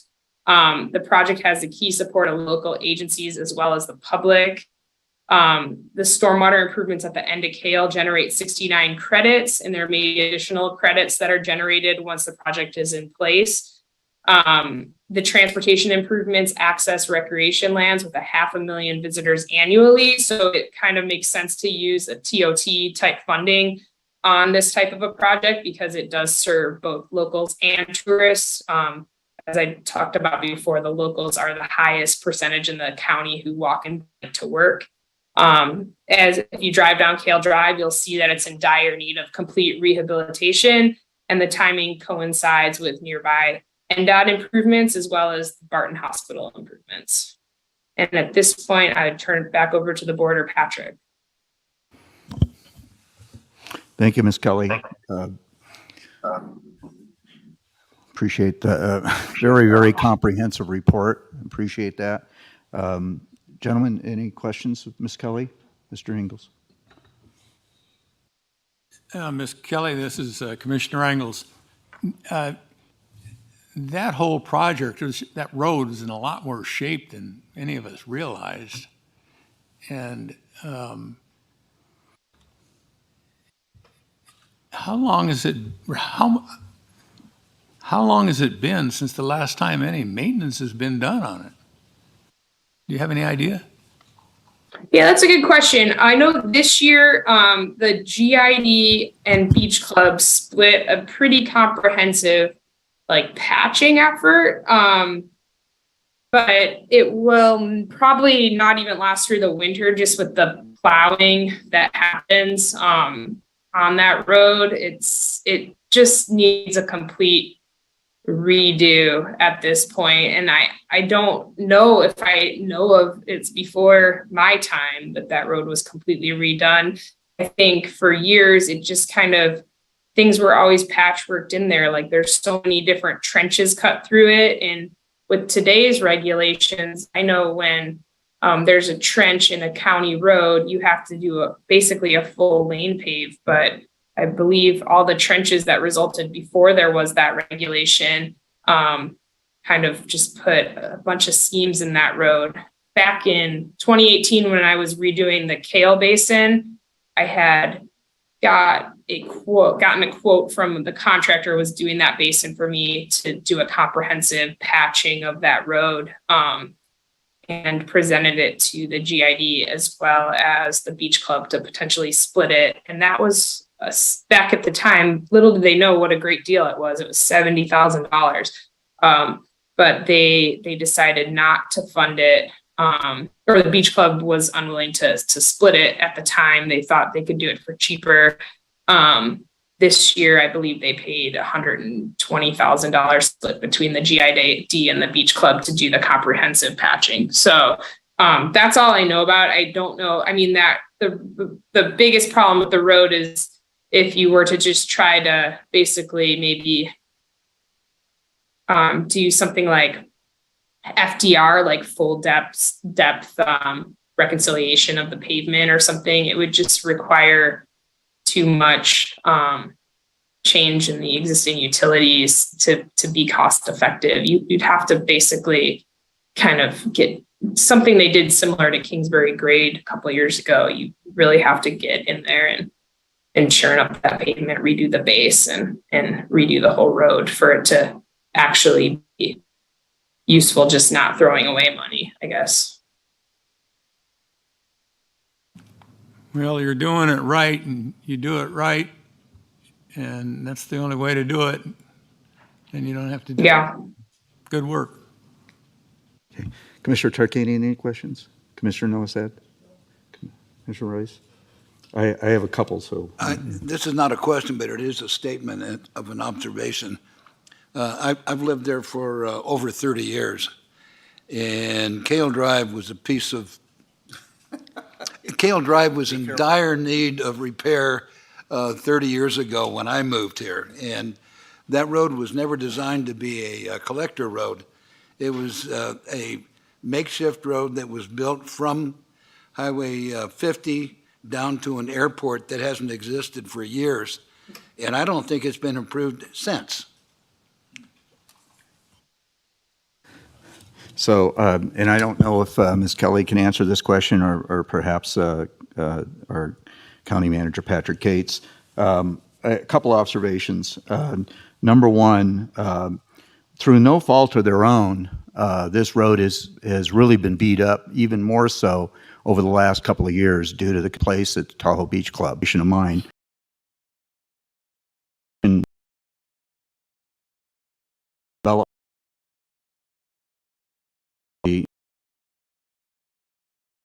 Because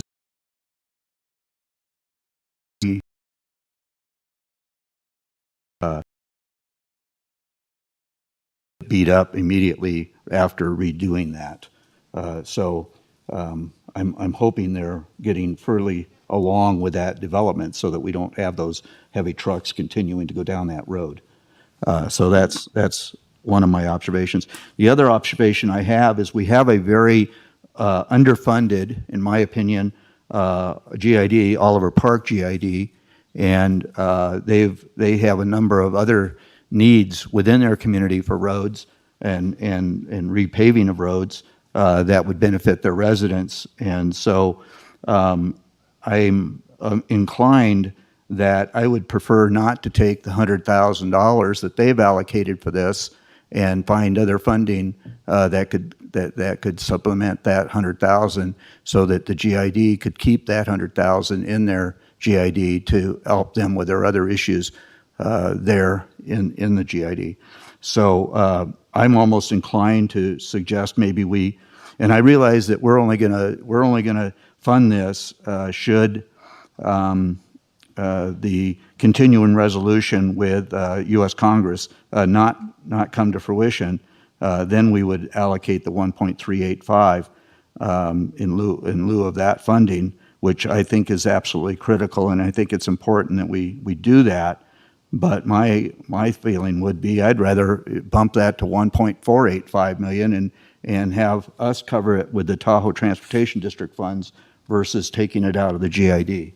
I don't know if we can do that or not, but it seems to me that we should be able to. And then if U.S. Congress comes forward with the 1.385 million, then we would be able to only cost the Tahoe Transportation District the $100,000 versus the 1.4. So those are just some thought processes. So I mean, we could, if we wish to, amend this to 1.485. Is that right? We have the funds in that fund, and so we could go to 1.485, and should the federal government then come through with the 1.385, then we would only be obligated to the 100,000. Would that be a correct statement? And we need some clarification from our Chief Deputy District Attorney. I see his mind's thinking right now. So, what do you think, Mr. Ritchie? Thank you, Chairman. Doug Ritchie with the Douglas County District Attorney's Office. Certainly the board has the policy. They can set the policy however they wish. However, the agenda item is to allocate $1,385,000 in unassigned fund balance. I think for purposes of the board's discussion, you could direct the county manager to bring back another resolution with a higher amount. That way the public knows that you're considering providing additional funds. Okay, thank you. But I don't want to delay this item, and so maybe we can then direct staff to bring forward another motion, perhaps at our next meeting, to allocate an additional $100,000 out of that Tahoe Transportation Fund, should that be needed from the federal government. I'd like to get some thought processes from the other commissioners in that regard. Commissioner Ingalls, you have anything? If the county is going to spend all of this money, and there's no question that this road needs the repair, the GID does not have the financial resources to do it themselves. What is the GID, or what is the necessity to continue with this GID? Okay, I think that's, I don't think that pertains to this particular agenda item, but it's something that this board could explore. Commissioner Tarkanian, any other questions? Okay, so this is a public action. This is a possible action item. So we'll take it to the public at this time for public comment. Is there public comment here in chambers?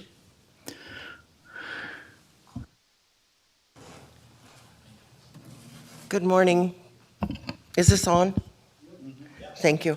My name is Barbara Smallwood. I had no intention of speaking to this, but I appreciate the opportunity. Thank you, commissioners, for all the hard work you do for everyone in Douglas County.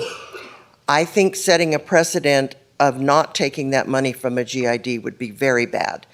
I think last count we have 27 GIDs, and when they offer up that opportunity, I think it would be very bad because everyone else is going to come with their hand out and say, well, they did it for this one. I think that the thought is good, but I think that's a very bad precedent to move forward in that manner. Secondarily, this project, as you've all talked about, is very well deserved and needed, and we saw the pictures, wonderful presentation. My concern is to go to Chairman Gardner with the fact of what kind of beach club agreement did we make to run down that road? When we have development in areas, we do ask for a survey on a road, and then the damage, that's huge. So that would be something I think you would want to pursue, to look at how much more development is in the beach club, the damage to the road for $3 million that Douglas County is putting in from all of us as well as the tourists. But my opinion. Thank you very much. Thank you. Point taken. Over the last one. James McCallum for the record, and for the record, that is my real name. I think this is one that was an outstanding presentation, one of the best I've seen in as many years as I've gone to commissioner meetings. Incredible detail, and I appreciate that. And I appreciate the partnering with the GIDs and not simply saying it's a GID's problem, but working together to solve problems. I think that's great as a GID trustee and another GID. I do appreciate that. I think it's great use of the transportation funds, and I hope you'll pass this. Thank you. Thank you. Any additional public comment here in chambers? Sensing none, I'll go to Ms. Johnson. Is there any public comment online? Thank you, Mr. Chair. Marsha Johnson for the record. There is people with their hands raised online. Ellie, do you have public comment on agenda item number 7? Marcia, thank you. Yes, I do. Ellie Waller. I'd like to thank County Manager Cates for giving us the total budget for Fund 236. This will take approximately half. This is a well-deserved project. I agree that this is one of the best presentations I've seen in a long time. I would like to ask a couple questions about should we be seeking additional funding from Barton for the rerouting that was discussed. I also want to thank Ms. Smallwood for the beach club comment. We do see that our streets do get degraded with future developments. And again, another funding source should be explored there. Has operation and maintenance budget been analyzed after this is done? What that brings forward is the status of broadbanding, which would probably be undergrounded and hopefully maybe comes forward at the time that NDOT has the project coming forward and looking at that. We don't want to dig the road up just to add another utility. And noticing that the bike and pedestrian category seem to be the most underfunded, and I don't know how that goes into the design and going forward with the entire project. Thank you. Thank you. Additional public comment?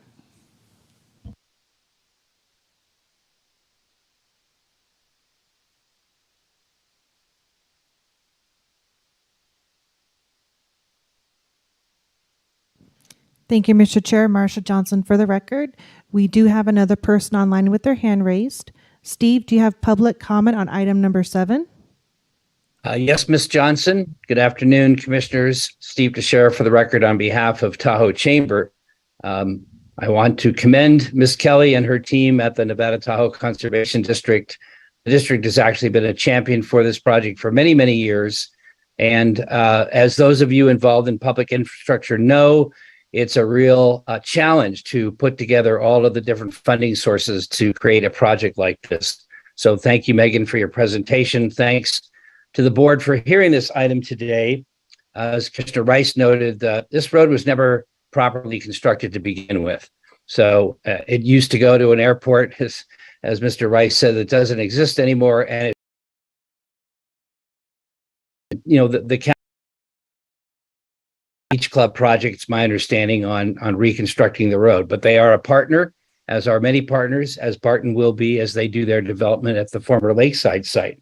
So it's important to get going on this project right away. The longer we wait, the worse it gets. And I urge the commission today, this is an eligible project, it's a deserving project, and please pass the action today so the project can get started next year. Thank you very much. Thank you, Mr. Chair. Marsha Johnson for the record. At this time, there's no further public comment online. Okay, we'll bring it back to the board. Any further questions, gentlemen?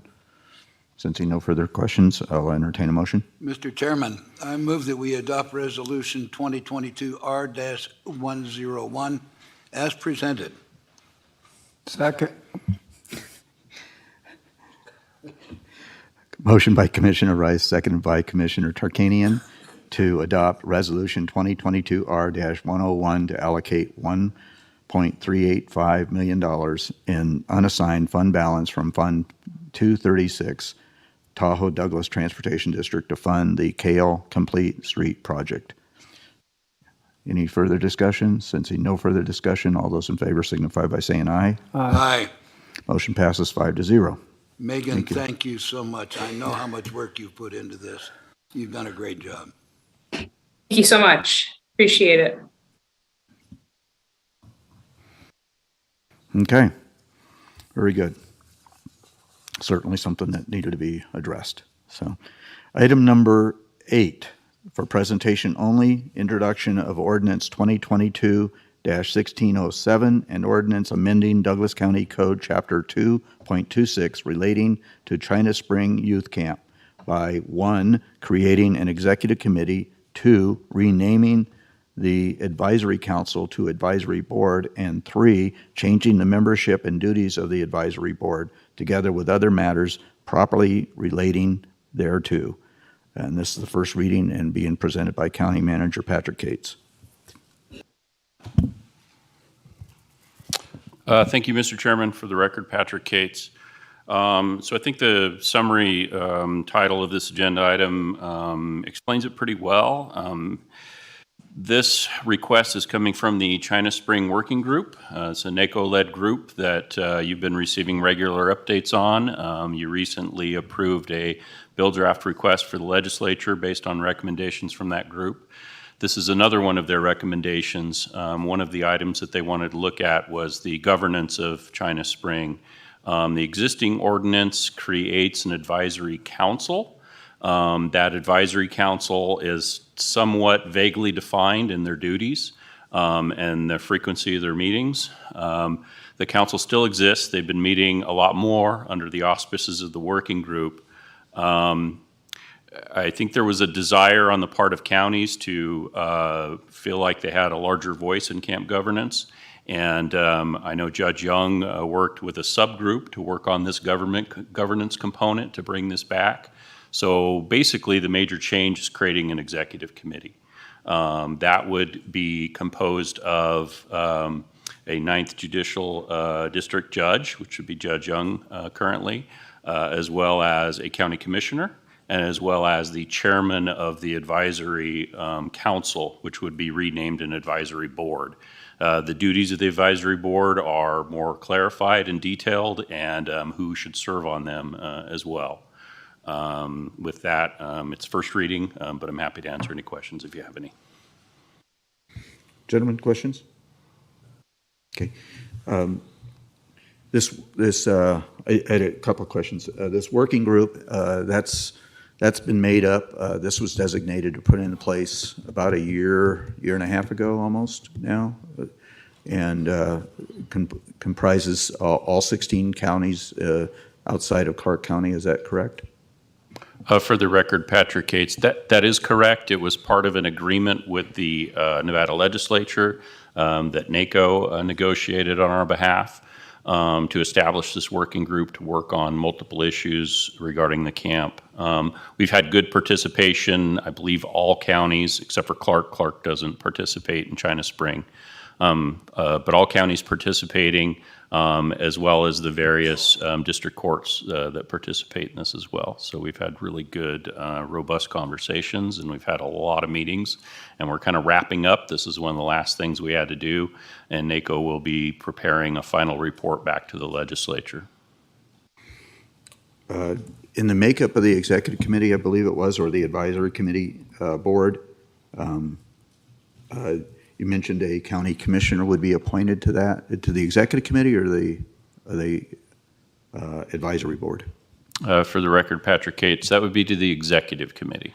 And how would that, since there's 16 counties involved in this, how would that be allocated? To clarify, that it's from the Douglas County Board of Commissioners, so there would always be a Douglas County Commissioner on the committee. I think one of the things that Judge Young was very good in championing was trying to explain to these counties, they all participate in the program, but it's Douglas County's program. We run the program, we have ultimate authority over it, and that's why he negotiated it that way. Very good. I think that's the end. Now, there is also, besides the BDR, there's going to be an attempt by NACO or the working group to try to get additional funding placed back into the program in the next legislative session. Is that I'm hoping? For the record, Patrick Cates, yes, we will be working on seeking restoration of funding. We've been engaging with the state about that, and we'll see how that goes. We've made requests for them to restore funding, and that'll be our big task next session. I have no other questions. Commissioners, anything come to mind? No? Okay, thank you very much, and we look forward to this ordinance coming back October 20th. Would that be correct? Correct, thank you. Okay, very good, thank you. Okay, and I guess you're going to stay right where you are for item 9, right?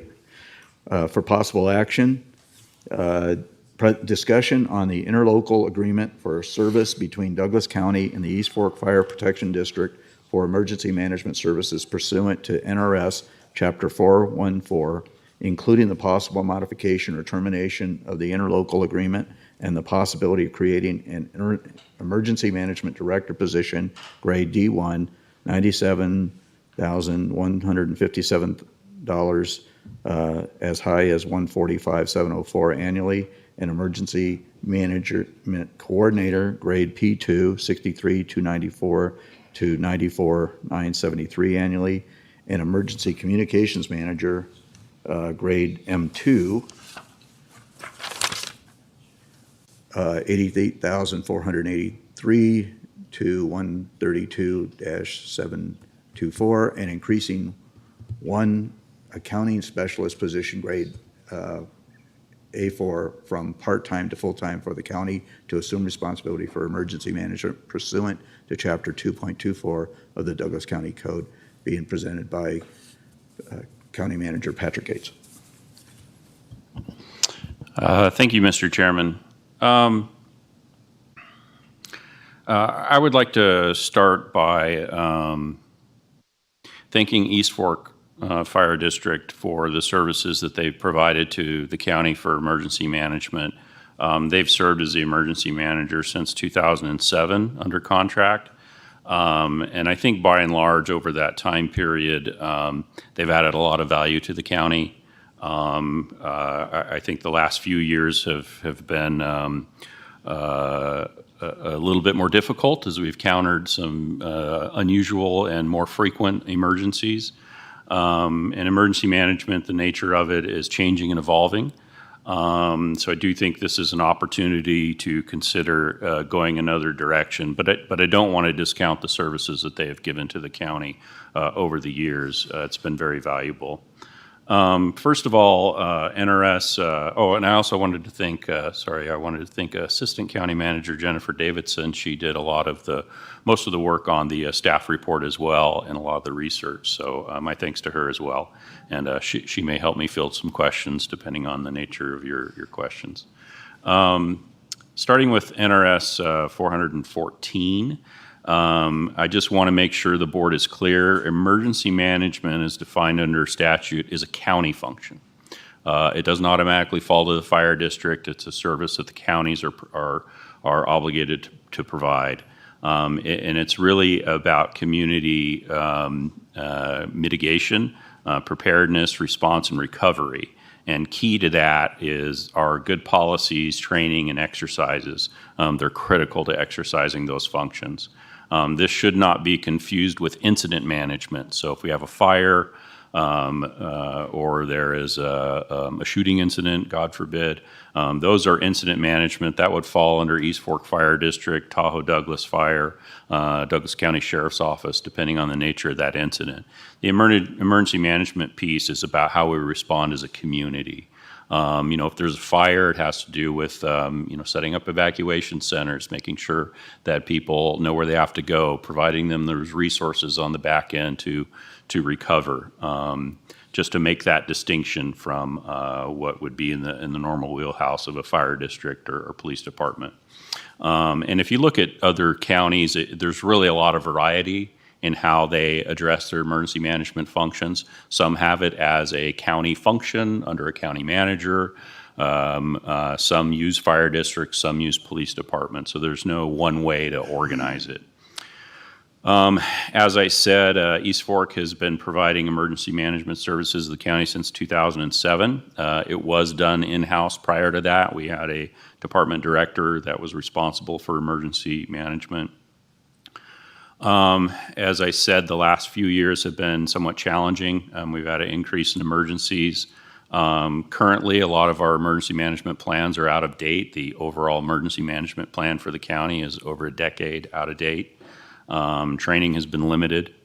And I think coordination during emergencies, in large part due to the nature of those emergencies and the frequency of them, has been really challenging for East Fork. I know they've relied heavily on my office and my staff during emergencies for some of those functions. And East Fork Fire District, I know, has had some challenges recruiting staff for emergency management type functions. I know in my discussions, trying to get somebody that has the high-level certifications in emergency management, as well as high-level certifications in firefighting and that sort of thing, that's a tall order to fill for one person. There's a lot more people in the marketplace that are emergency managers that are not necessarily firefighters. Just as an example, Story County is currently recruiting for an emergency manager. I understand they have received 30 qualified applicants. They screened 10 of them, and they're picking the top 3. So it looks like they're having pretty good success in the marketplace of finding just an emergency manager without the additional requirements of firefighting.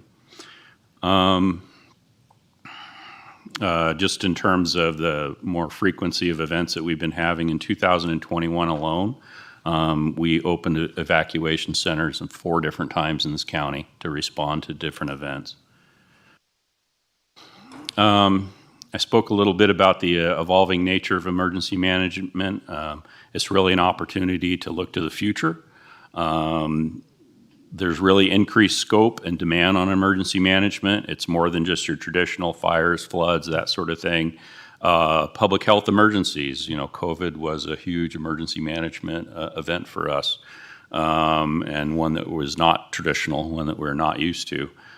Let's hope we don't have another thing like COVID again, but I'm not going to leave it up to hope. We need to be prepared. Also, cybersecurity, active shooters, mass casualties, infrastructure, sabotage or failures, and even civil unrest. These are some of the things that is expanding the scope of emergency management and how communities respond to those types of emergencies. There's in the staff report, there's a lot of reference to RAND research and NACO as well in that evolving role of emergency management for more information. The current contract with East Fork Fire District was entered into in July of 2021, so last year, and it runs through June of 2023. I know at the time we signed that contract, Chief Carlini and I sat down and had a conversation about that. I wasn't sure at that time if we should continue with East Fork or consider bringing that program in-house, but I agreed we would sign another 2-year commitment and then reevaluate at that time. The contract's not up yet, but if we are going to transition over, we need lead time in order to do that, so we can set up those functions in the county and make it a smooth transition rather than just having an abrupt cutoff. So that's why we're talking about this today.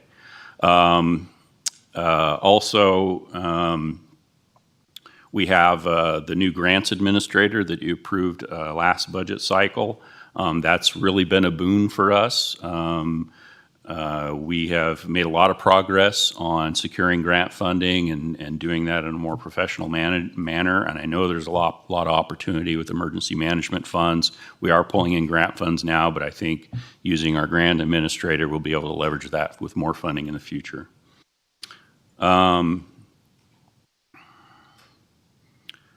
I did also want to mention that we do have a pending retirement.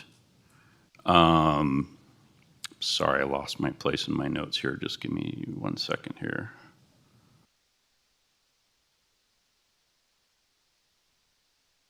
Oh, there we are. Yes, sorry. Anyway, lost my place. So we have a retirement coming up of our emergency communications director, Ron Sagan. He plans on retiring in February. So Ron Sagan is over basically dispatch, emergency communications. And I think with his retirement, that also gives us an opportunity to take another look at this program. The idea would be if we brought this in-house that we would create an emergency management director, and that emergency management director would have emergency management under it as well as emergency communications. So the request, as you said in the title, is to create emergency management director and emergency management coordinator who would work on a lot of the policies and training coordination, and an emergency communications manager. That's to kind of replace that role that Ron Sagan is currently fulfilling. If you approve this, we would recruit for the emergency management director right away, and that individual can then work on setting up the office and transitioning with East Fork Fire District by the end of June. And also, hopefully, if we could recruit them quickly enough, they can do some side seating with Mr. Sagan and make sure those functions continue. And you know, there's a very obvious nexus there between emergency communications dispatch and emergency management. I know during emergencies, we're in constant contact with Ron and his staff, and that's sort of the link of all the communication that goes back and forth. So very critical, I think, to bring those functions together. As far as the fiscal impact, we're currently paying East Fork Fire District a total of about $255,000 a year. $196,000 of that is from the general fund. The rest of it is from an emergency management grant. In their contract, they have a guarantee of $56,000 from that, so the total is about $255K. Our proposal, as spec'd out here with an operating budget, would cost the county $225,000. That would save about $30,000 a year, and that's without factoring in any opportunities we may have to further leverage federal funds. For the current year, we estimate the max cost to get the program up and going at about $115,000. We do have funds available that can help cover that cost. We have some salary savings currently, as well as a FEMA reimbursement we recently received for the Kale fire. So we can get a little seed money and start this program up while maintaining that contract with East Fork Fire District until the end of this fiscal year, until June 30. We want them to continue that role, and we want to make sure that we have a smooth transition. And then once we're done with that, then we would carry on. And, you know, I just want to say East Fork Fire District is always going to be a part of emergency management, just like Tahoe Douglas, just like the Sheriff's Office. And there may be things that we need from them to make this work well, as we would from those other entities. And we're certainly open to exploring that, and if we have to enter into some other kind of contract with them to help supplement this, that's something that we could bring forward to the board for consideration in the future. With that, I'm happy to answer any questions. Commissioners? Commissioner Ingalls. How would the chain of command be structured in this new designed operation? So to me as county manager.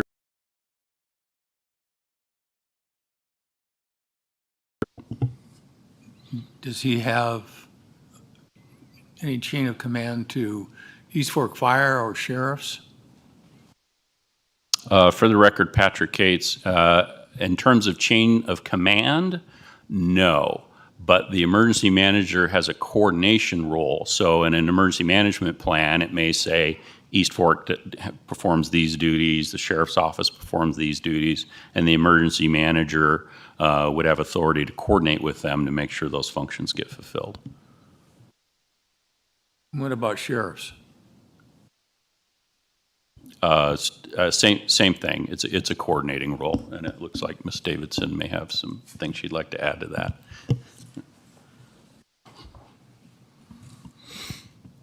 Mr. Chairman, if I may. Jennifer Davidson, Assistant County Manager, for the record. Just for some clarity on this issue, in the ICC structure and emergency management, chain of command is a little bit complicated, but let me shed a little bit of light. In the middle of an incident, depending on the incident commander is going to shift, and the role is assigned based on the type of incident it is. So in an active shooting incident, the incident commander would likely be the sheriff's office. In a fire incident, the incident commander would likely be a fire department role, regardless of who our appointed emergency manager is. The structure, the reporting structure is a little bit more complicated than our county manager alluded to. While Mr. Sagan does currently report to the county manager in that structure, the reporting structure for an emergency manager is set by a resolution of this board. So if the board does desire to have that structure exist the way Patrick has suggested, Mr. Cates has suggested, that would need to be done via a resolution. If you have an alternative in mind, maybe a reporting structure to the county commission, as Todd currently, Chief Carlini, wow, cold medicine brain, currently reports directly to this county commission, you would have that ability to do that. Sorry for adding in. Can we give you a hypothetical? We just had the Tamarack and Caldor fires, and in that situation, that emergency, how would this function operate? Sure, Mr. Chairman, if I may. Jennifer Davidson, Assistant County Manager, for the record. That incident in particular was a bi-state incident, and the incident commander was not actually our emergency manager. We served a support role, and we activated our EOC with our emergency manager at the head of the operations that we assumed that were, in particular, in coordination in Douglas County. So for the Caldor fire, we had an activation of our community center as an evacuation point. And that coordination, that local coordination, was handled with our emergency manager at the head in coordination with the IC structure that was established by the state for a bi-state incident. Thank you.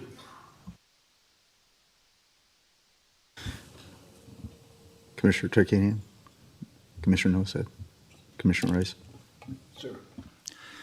The first thing I want to say is that this has been a long time coming, in my opinion.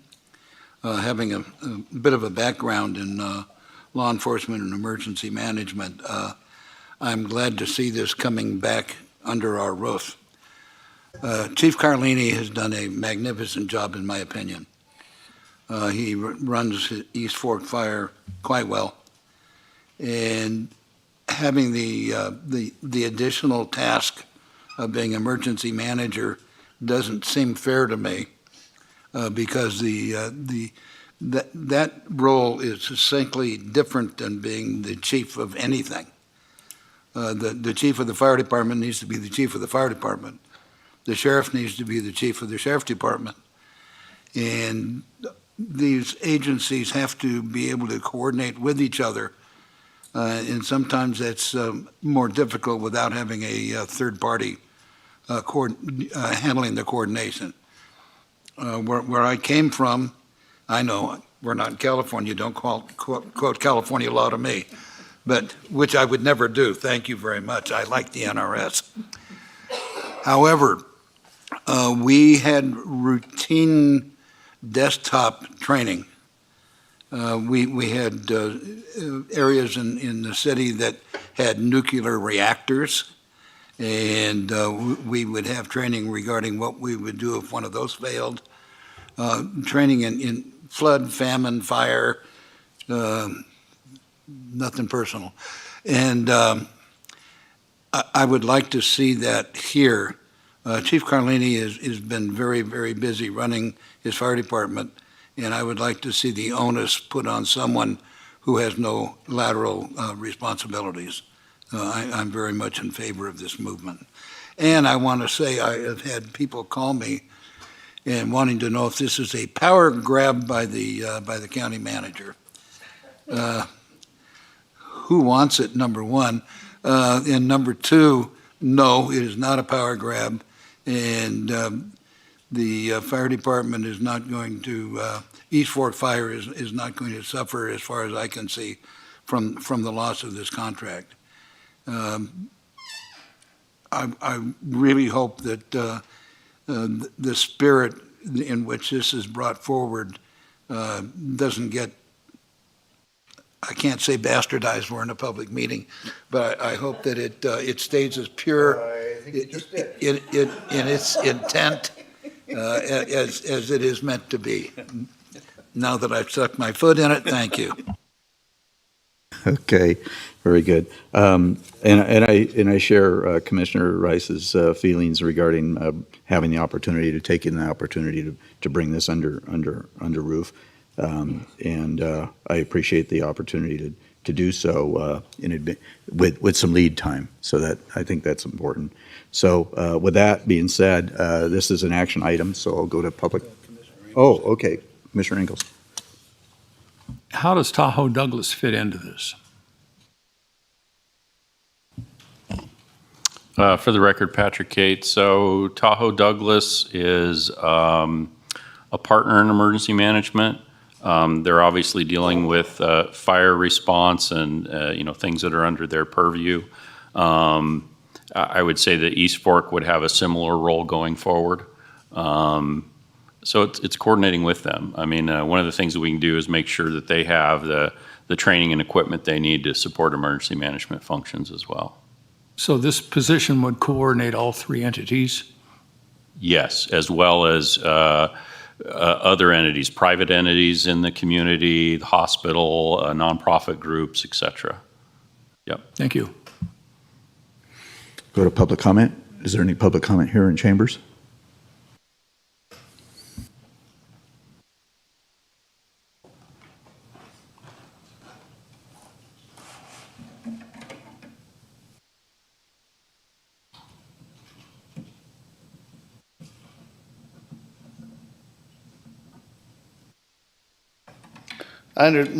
James McCallum for the record. My understanding is we're returning to what used to be. It was this I think 2007, this was how it was done. I think these are separate functions, I think, and I agree with what Commissioner Rice said. I think it's important to distinguish this. For example, in a big fire, the fire department's pretty busy.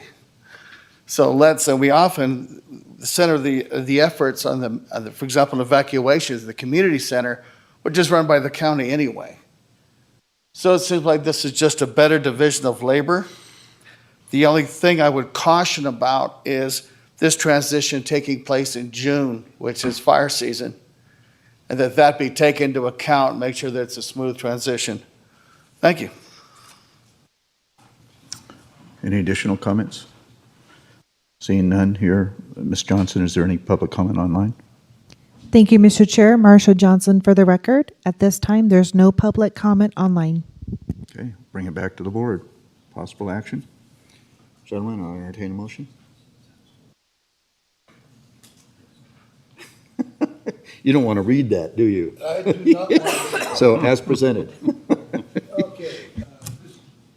Mr. Chairman, I move that we provide direction to staff regarding the interlocal agreement for service between Douglas County East Fork Fire Protection District for emergency management services, including the possible modification or termination of the interlocal agreement and the possibility of creating the emergency management director as presented. Motion by Commissioner Rice, seconded by Commissioner Ingalls to approve the direct staff to look at the interlocal agreement for service between Douglas County and East Fork Fire for emergency management services pursuant to NRS Chapter 414, including the possible modification or termination of the interlocal agreement and the possibility of creating an emergency management director as presented. Sensing no further discussion, all those in favor signify by saying aye. Aye. Aye. Motion passes 5-0. Thank you very much. Go ahead, Mr. Ritchie.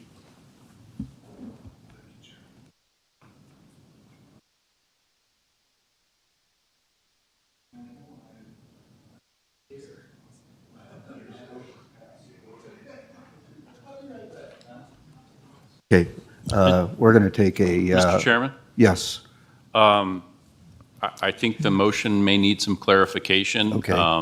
The way it was read, which is the way it was written, it talks about the possibility of creating emergency management director. I just want clarity. The intent is that I'm approved to create this position, as well as the two support positions that were mentioned, if we need to revisit that motion to clarify it, to satisfy Chief Deputy DA, Mr. Ritchie.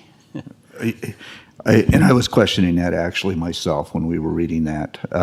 So I will entertain a motion to approve the ability of the county manager to recruit an emergency manager position with the anticipated termination of the interlocal agreement with East Fork Fire as of June 30, 2023. Would that be sufficient? Okay. I'll entertain that motion. So moved. 3 positions? The 3 positions as listed in the, okay. As a, yes. Okay, emergency management director, emergency management coordinator, and emergency manager, communications manager. And a accounting specialist position.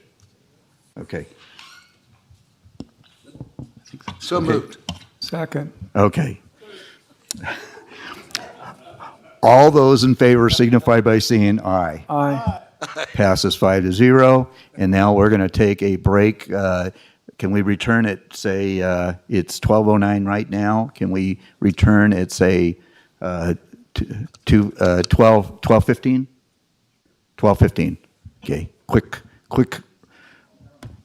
break. Recording stopped.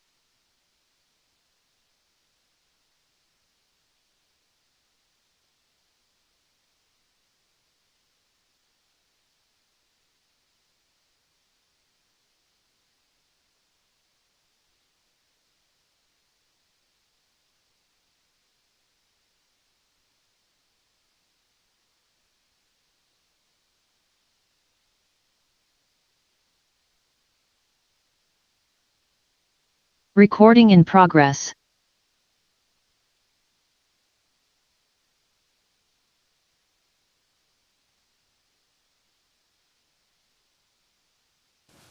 Okay, I know it's 12:15, and I said that we would be in recess until 12:15. I'm going to give Commissioner Rice just a couple more minutes to return before we call it back to order. Actually, since this is item number 10 and it's for presentation only, I'm going to go ahead and begin because I'll let the other commissioners fill in anticipation of Mr. Rice's return. So, Commissioner Tarkanian, anything to report under item 10 for presentation only?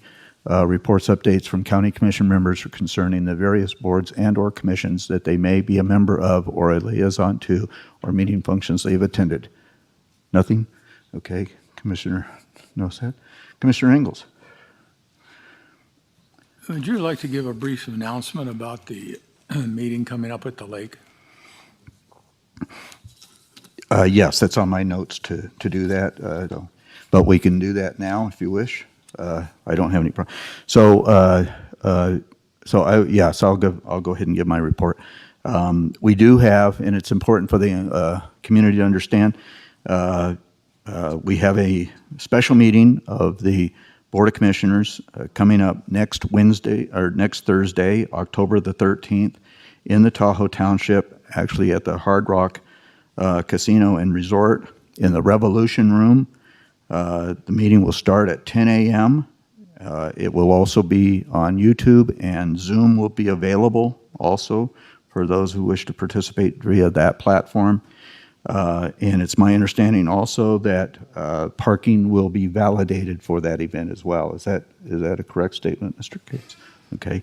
So anyways, that's an important meeting. It will be a joint meeting with the Vacation Home Advisory Board and ourselves. Taking a look at the future of that program. I had that to mention. Also mention that this last Tuesday, as a member of this board assigned to the Parks and Recreations Commission Committee, Advisory Board now, the Advisory Board did take an opportunity this last Tuesday to visit the South Tahoe Visitors and Convention Center and witness the progress that's taking place in that. The exterior is pretty much done, and so it's pretty much winterized with the anticipated weather coming about. So now they can begin actually putting a lot of diligence into the interior processes of that particular building. I believe that the TRPA imposes a moratorium on construction in this month later on October 13th, 15th, I'm sorry. So that was a very eye-opening experience, and then we proceeded to have our meeting at the Zephyr Cove Library after that. So I can assure you that that committee is not necessarily, and as I really don't wish them to be, a cheerleading squad in regards to Parks and Recreations. They do a lot of diligent looking at their agenda, and there's a lot of discussion that takes place in those meetings, and it's not just a rubber stamp on anything in that regard. So that's encouraging also. So I enjoy participating from this board onto that board. So anyways, that's all I have to cover. Once again, special meeting, Hard Rock, October 13th, Revolution Room, 10 a.m. Parking will be validated. Commissioner Rice, do you have anything to share with us today? Yeah, show and tell. I was in a Tahoe Transportation meeting yesterday. They are expanding their fleet, getting electric buses. One of the problems they're having is in the wintertime, their buses cannot go up on tramway and make the turnaround. Streets are too narrow and a little bit too icy. So that's still being worked on, and they're, coordinating with Vail to come up with some form of transportation up there. We are having a second meeting tomorrow, as a matter of fact, and we'll be talking about infrastructure and redundancy so that when there's an emergency of some sort, the bus transportation does not go down. They're still working on trying to figure out how to bring the buses further into Douglas County for the microtransit. As it is, the microtransit would be bringing the workers from South Lake Tahoe to the casino core for those employees that work in the casinos and who are going to be working in the event center. So that's been their main focus, but to hopefully get another vote on this board, they're going to try to figure out how to push it a little bit further into Douglas County, at least up to Round Hill. And hopefully that will take care of some of the Commissioners? Okay, we'll go to, thank you very much for your reports, and we'll go to closing public comment. So at this time, public comment will be taken on those items that are within the jurisdiction and control of the Board of Commissioners, or those agenda items where public comment has not already been taken. Is there any public comment here in chambers?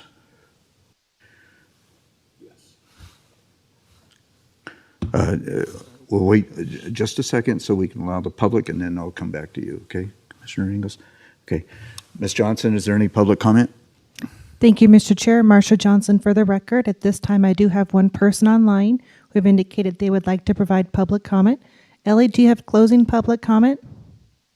Thank you, Marsha. Yes, Ellie Waller. I want to make an overarching statement based on a previous agendized item, and it encompasses a bunch of things that are going on. And the question needs to always be asked, when will the county expect and insist that the developers pay their fair share for the development infrastructure and surrounding areas that get affected? We had talk about the Beach Club Road mentioned today. Also in the past, lest we forget, Moeller Parkway is still on the books. I'm hopeful that funding will come forward. And of course, I will remind you that we gave $1 million back in credit for water infrastructure line for Clear Creek. Next, I'd like to thank Commissioner Gardner for bringing up the meeting next week. I'm not sure if many of you have reviewed or attempted to take some time and listen to some of the previous meetings. You can see the conundrum of how things take so much time. A lot of effort and thought is put in. Presentations from all levels of staff. Ms. Davidson definitely needs to be recognized for getting this to the point that it's at. The advisory board and their volunteer time and the public that comes out. I'd also like to mention and thank staff who passed out the little notifications as Commissioner Gardner does before every meeting. I know it's not cost effective to pass these out at a larger meeting. I do expect that this is going to be heavily attended, but it does really help people to understand, because we've had it happen at several of the vacation home rental meetings.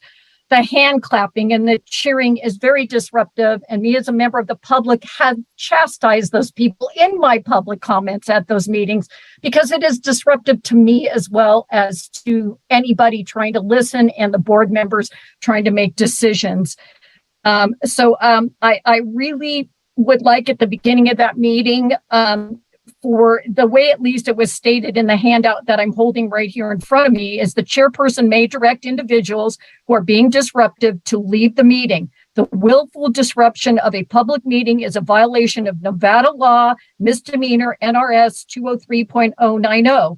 The board wants to encourage the respectful consideration of all views shared by members of the public. Please be courteous when others are speaking, including board members, staff, and other members. Thank you. Thank you, Ms. Waller. Any additional public comment online?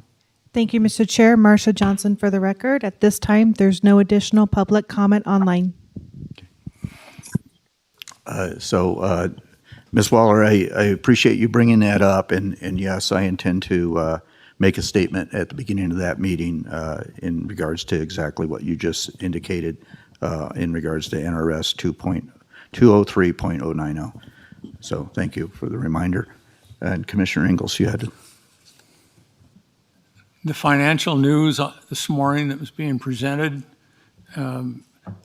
the OPEC countries have lowered production another 2 million barrels of oil per day. Venezuela, I don't know what's going to happen. The president was on TV this morning, and he babbled something about what he was doing and then walked off and didn't answer any questions of the press. This is not a county thing that we have control over, but it sure is going to impact us.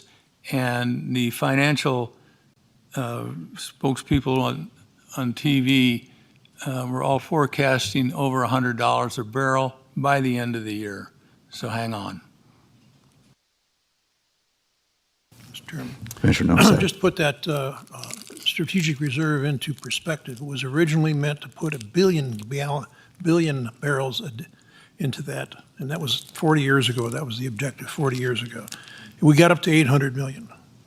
We're down to 200 million in strategic reserves.